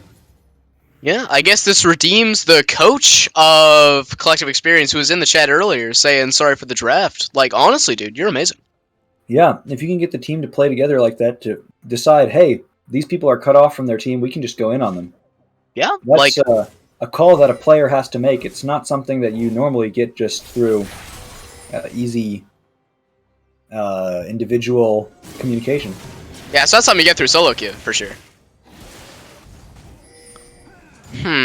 Looks like Egyptian. Uh-oh. Here, good poke coming down onto the Nautilus. Is it just me, or did that Nico flower pop 4 times instead of 3? Must have been just me. I don't think they'd changed that. Nah, not yet, I think. Oh, looks like Ooh, good Syndra stun is getting here. engaged on here. Uh-oh. Knocks into the wall. That's a lot of damage out here. Damage. just smacks him. It looks like we have a fight on Baron. Not Malphite did ult in on trying to get on top of the Jinx, but the Jinx the Jinx flashed away and is barely tickling this Nautilus. But fortunately, her team is winning the rest of the map. Gnar did TP in, and I think they can just go back to Baron. Kindred is backing. Yeah, Nico was actually able to. Nico was actually able to E the Jhin there and force him out of his ulti, which removed a lot of the pressure that Collective Experience would have had in that team fight if they chose to keep engaging. Honestly, Jhin, that amazing play. Yeah, Jhin, despite his massive gold lead, still can't come close to the pure team fight consistent damage that a Jinx can. So he really relies on setting up things with his ultimate or his W, despite how fed he is. In part because he's gone this tank busting build against 2 half tanks. I don't think you ever really want to get Lord Dominic's on Jhin. I'm not primarily an AD carry player, so I won't say that for sure, but I feel like on Jhin, you're never going to kill a tank anyway. Well, it depends, right? When you hit like 3 or 4 items, you can start like outrunning tanks. Like you will 2 or 3 shot the squishies, and then at that point you're just gonna run the tanks down. Right. Ooh, yeah. Gnar in mini form, getting all these stuns off, does get stunned away. I mean, getting all these slows off. Jarvan comes out of nowhere. I don't know how Jarvan got in there, but suddenly he's in the middle of their team, ults the Syndra and just kills her on his own. And that is another wipe for Jesters, a clean 5 for 0. That happened in like 5 seconds. Out on the... Yeah, that fight was completely one-sided, and I guess that's just the gold lead coming into play, but it looked like 3 different fights are going on, and Nautilus got a little bit caught. People started running in. People just got soloed all over the place. Jarvan popped in out of nowhere. I don't know if he got a flank or if he just EQ flash in. No, he still has his flash, so I don't know how that Jarvan escaped my notice, but suddenly he was on top of Syndra, and they get the mid in him for it. All right. And the dragon. What a play from Jesters. That like... Wow. Yeah, it was looking pretty hopeful for Collective Experience there, but I'm pretty sure that, which solidifies a 11k gold lead at this point, is... It's not looking very good. Sorry to say this, Collective Experience. Yeah, I mean, we're seeing really good plays from both sides, though. Apart from that last fight, it's not like it's been a one-sided stomp this whole time. We've seen good plays from both sides. There was that team fight that Collective Experience won after stealing the dragon that we gave them a lot of praise for. But they threw it right back around with that everyone just getting caught on different sides of the screen. Somehow, Kindred died. I think Kindred must have gotten soloed out by Nico because I didn't see either of them in the fight. But I'm not too sure. A lot of things happened really, really quickly. Yeah, and they were all like different things too. That wasn't one fight. That was like 4 fights that coalesced together into just one solo wipe. How many marks does Kindred have? Because if Kindred is at 7 marks by now, that could mean they potentially have the damage to win a team fight if they can just execute correctly. Yeah, if you want to click 1. Oh no. Oh no. 1 mark. Now that's why you don't see Kindred in pro play very much, is because if you don't get these marks, if you can be prevented from... Ooh, it looks like they will be trying to dive this Malphite, or it's not a dive if the tower's already gone. Malphite does get away without having to use his ult. He does flash, and I guess if you're thinking we're going to have to make a really key fight here soon, maybe flash is not worth as much as ultimate, but I feel like at that point you might as well just die and still have both of them to try to win a miracle team fight later. I don't know. It's a really hard decision to make when you're deciding, do I waste one of my super important cooldowns or do I die, you know? Yeah, it's not a decision many people like to make. Ooh, looks like we're having another gauge here. Kindred's a bit cut out here. Will get the ult down before she dies. Malphite gets a nice 2-man ult into a 2-man knockup from something else. Oh. Kindred does go down just to the sheer damage of the... Oh, Egyptian goes down as well, though. Ooh. Gil's still alive, but he's too far away to really get back into this fight. Bound going in on the Jarvan does force the flash away from Marty I'm Scared, where Marty I'm Scared misses the hook on him. So they're low, and the Jhin ult could do a bit if they don't get behind him. But they do, and that just means minions get cleared away. Ooh! Kills, seeing his life flash before his eyes, but with just Marty and Marty, on the map. He doesn't get punished for getting hit by that Jin root, and they do get to take away the jungle on the way out. You know, the more I see of this full damage build from Abound, the more I like... Oh, and he does have a Thornmail now. So I really like the build from Abound. He has the damage to actually contest the Kindred, you know? If you're even with the Kindred, you have to run. You can never fight the Kindred. You have to try to CC her and let your teammates burst her down. But since the Kindred's so far behind, he's saying, look, Kindred's even building MR. If I go for this damage build, I can just walk at her and auto her. And even Until she dies, yeah. Yeah. So, I don't know if he that was his intention, and he's saying, look, I have to get ahead, but once I do, it'll work. Or if there was sort of a reactive thing saying, I know we're going to be able to keep this Kindred down. We have enough CC that her ult won't matter. We can wait it out. Jinx can rocket over everyone while they're low. You know, yeah, I'm not convinced that Jesters has the superior draft, but it sure is playing out. Like they just more have favor. the superior players. Not like superior, but like just base mechanically. I feel like that is a lot in the strength of Abound. Like, a lot of the draft for this game from Collective Experience was trying to remove as many picks from Abound as possible. They took away 3, maybe 4 of his picks if you count the Graves. And look at him! He's still dominating! He's still engaging these fights! This is like his 4th option! Good 2-man ult from Malphite. Does force Egyptian on the Nico to Zanya's, but looks like it doesn't matter. That was cute. Tom Kench ulted Nico right into the middle of Jin and Nautilus, forcing them to flash out again. Beautiful play. Abound's Gore Drinker healed him 700 health. Pretty low. Flagon drags out and he will live, and that leads to the death of Marty, and pretty shortly the death of other Marty here. So, Bye-bye, other Marty. And that looks like a clean 2-1. Nothing to see here from Clown Gaming. They lost that first game through a really close slugger. The second game was a bit of a stomp, and the third game, again, it says 10-31. It says that they're up 13,000 gold, but I don't believe honestly, it. I don't think Collective Experience should be upset, or should be too upset over this game. It was a lot closer than the score tells you. I'm gonna have to give MVP for that game to Abound. I was trying to say it earlier before he began wiping, but he's kind of just absurd.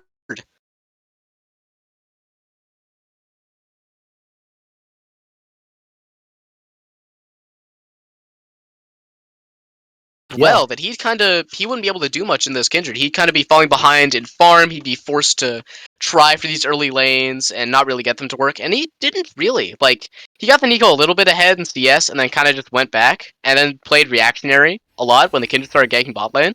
But even then, he was still able to come back and get these plays off with like his 4th or 5th option. Because Collective Experience took away like 3 or 4 of his champions. And he's still doing this. It's crazy. Yeah, I'll give it to Abound also. Everyone did their part, really. I think the kills did fine on the Jinx. He managed to stay safe in team fights and pump out that damage, even if most of it was into the Malphite. Captain Can't Carry on the Tom Kench. You know, he did his job. He was disrupting. He was saving the Nico in a couple team fights. And Egyptian would be my second pick, because really here, 10-1 on the Nico. Got off to that huge start with the number of outplays.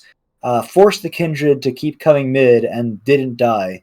So he provided the pressure, but yeah, Abound really made stuff happen. Great game from everyone around. And we're gonna ignore CH. He built Hullbreaker and won, which is, I guess, just his game plan. Yeah. I mean, fair enough. Let him 1v1 people. You saw him when he wasn't in the team fights. Nobody could contest him, not even the Malphite. So he was just too powerful. He just walked through people. Like, nice job. It's an interesting, I'll have to think more about whether Hullbreaker makes the Malphite-Gnar matchup different than I'd have thought of it earlier, but well or if played that's like from virtue of the all player. of Clown Gaming, and well played also from Collective Experience, yeah. Experience. I'd like to see another matchup between these two in playoffs or something, because those are some real fun to watch games. Yeah, especially with the Marty and Marty duo. Like, they were really threatening, especially moving up to that, like, 10-50 minute mark in the bot lane. They really gave Kills and Captain a run for their money. Yeah, even though Kills did end up popping off hard in both games. Ooh, circles again. More circles. Hey, blue, 2 blue circles on the top. Blue, oh no, blue lost this game. Man. Hate to see it. I Well- really do hate to see it production. Thanks for watching, everybody. It's almost 11 o'clock now, so you Ooh, better yeah. go to bed before your mom comes in and busts you for watching on your phone at night. Yeah, that was a really fun one. So I hope to see you all later for some more Clown Gaming wins, hopefully. Please. Yep. This has been Amethyst 5. And this has been your boy, Sans? Bingus? What am I again? I forgot. We're going to go with Sans. And we're signing off. Have a great evening, everybody, and thanks for watching. Yep. See y'all when we see y'all.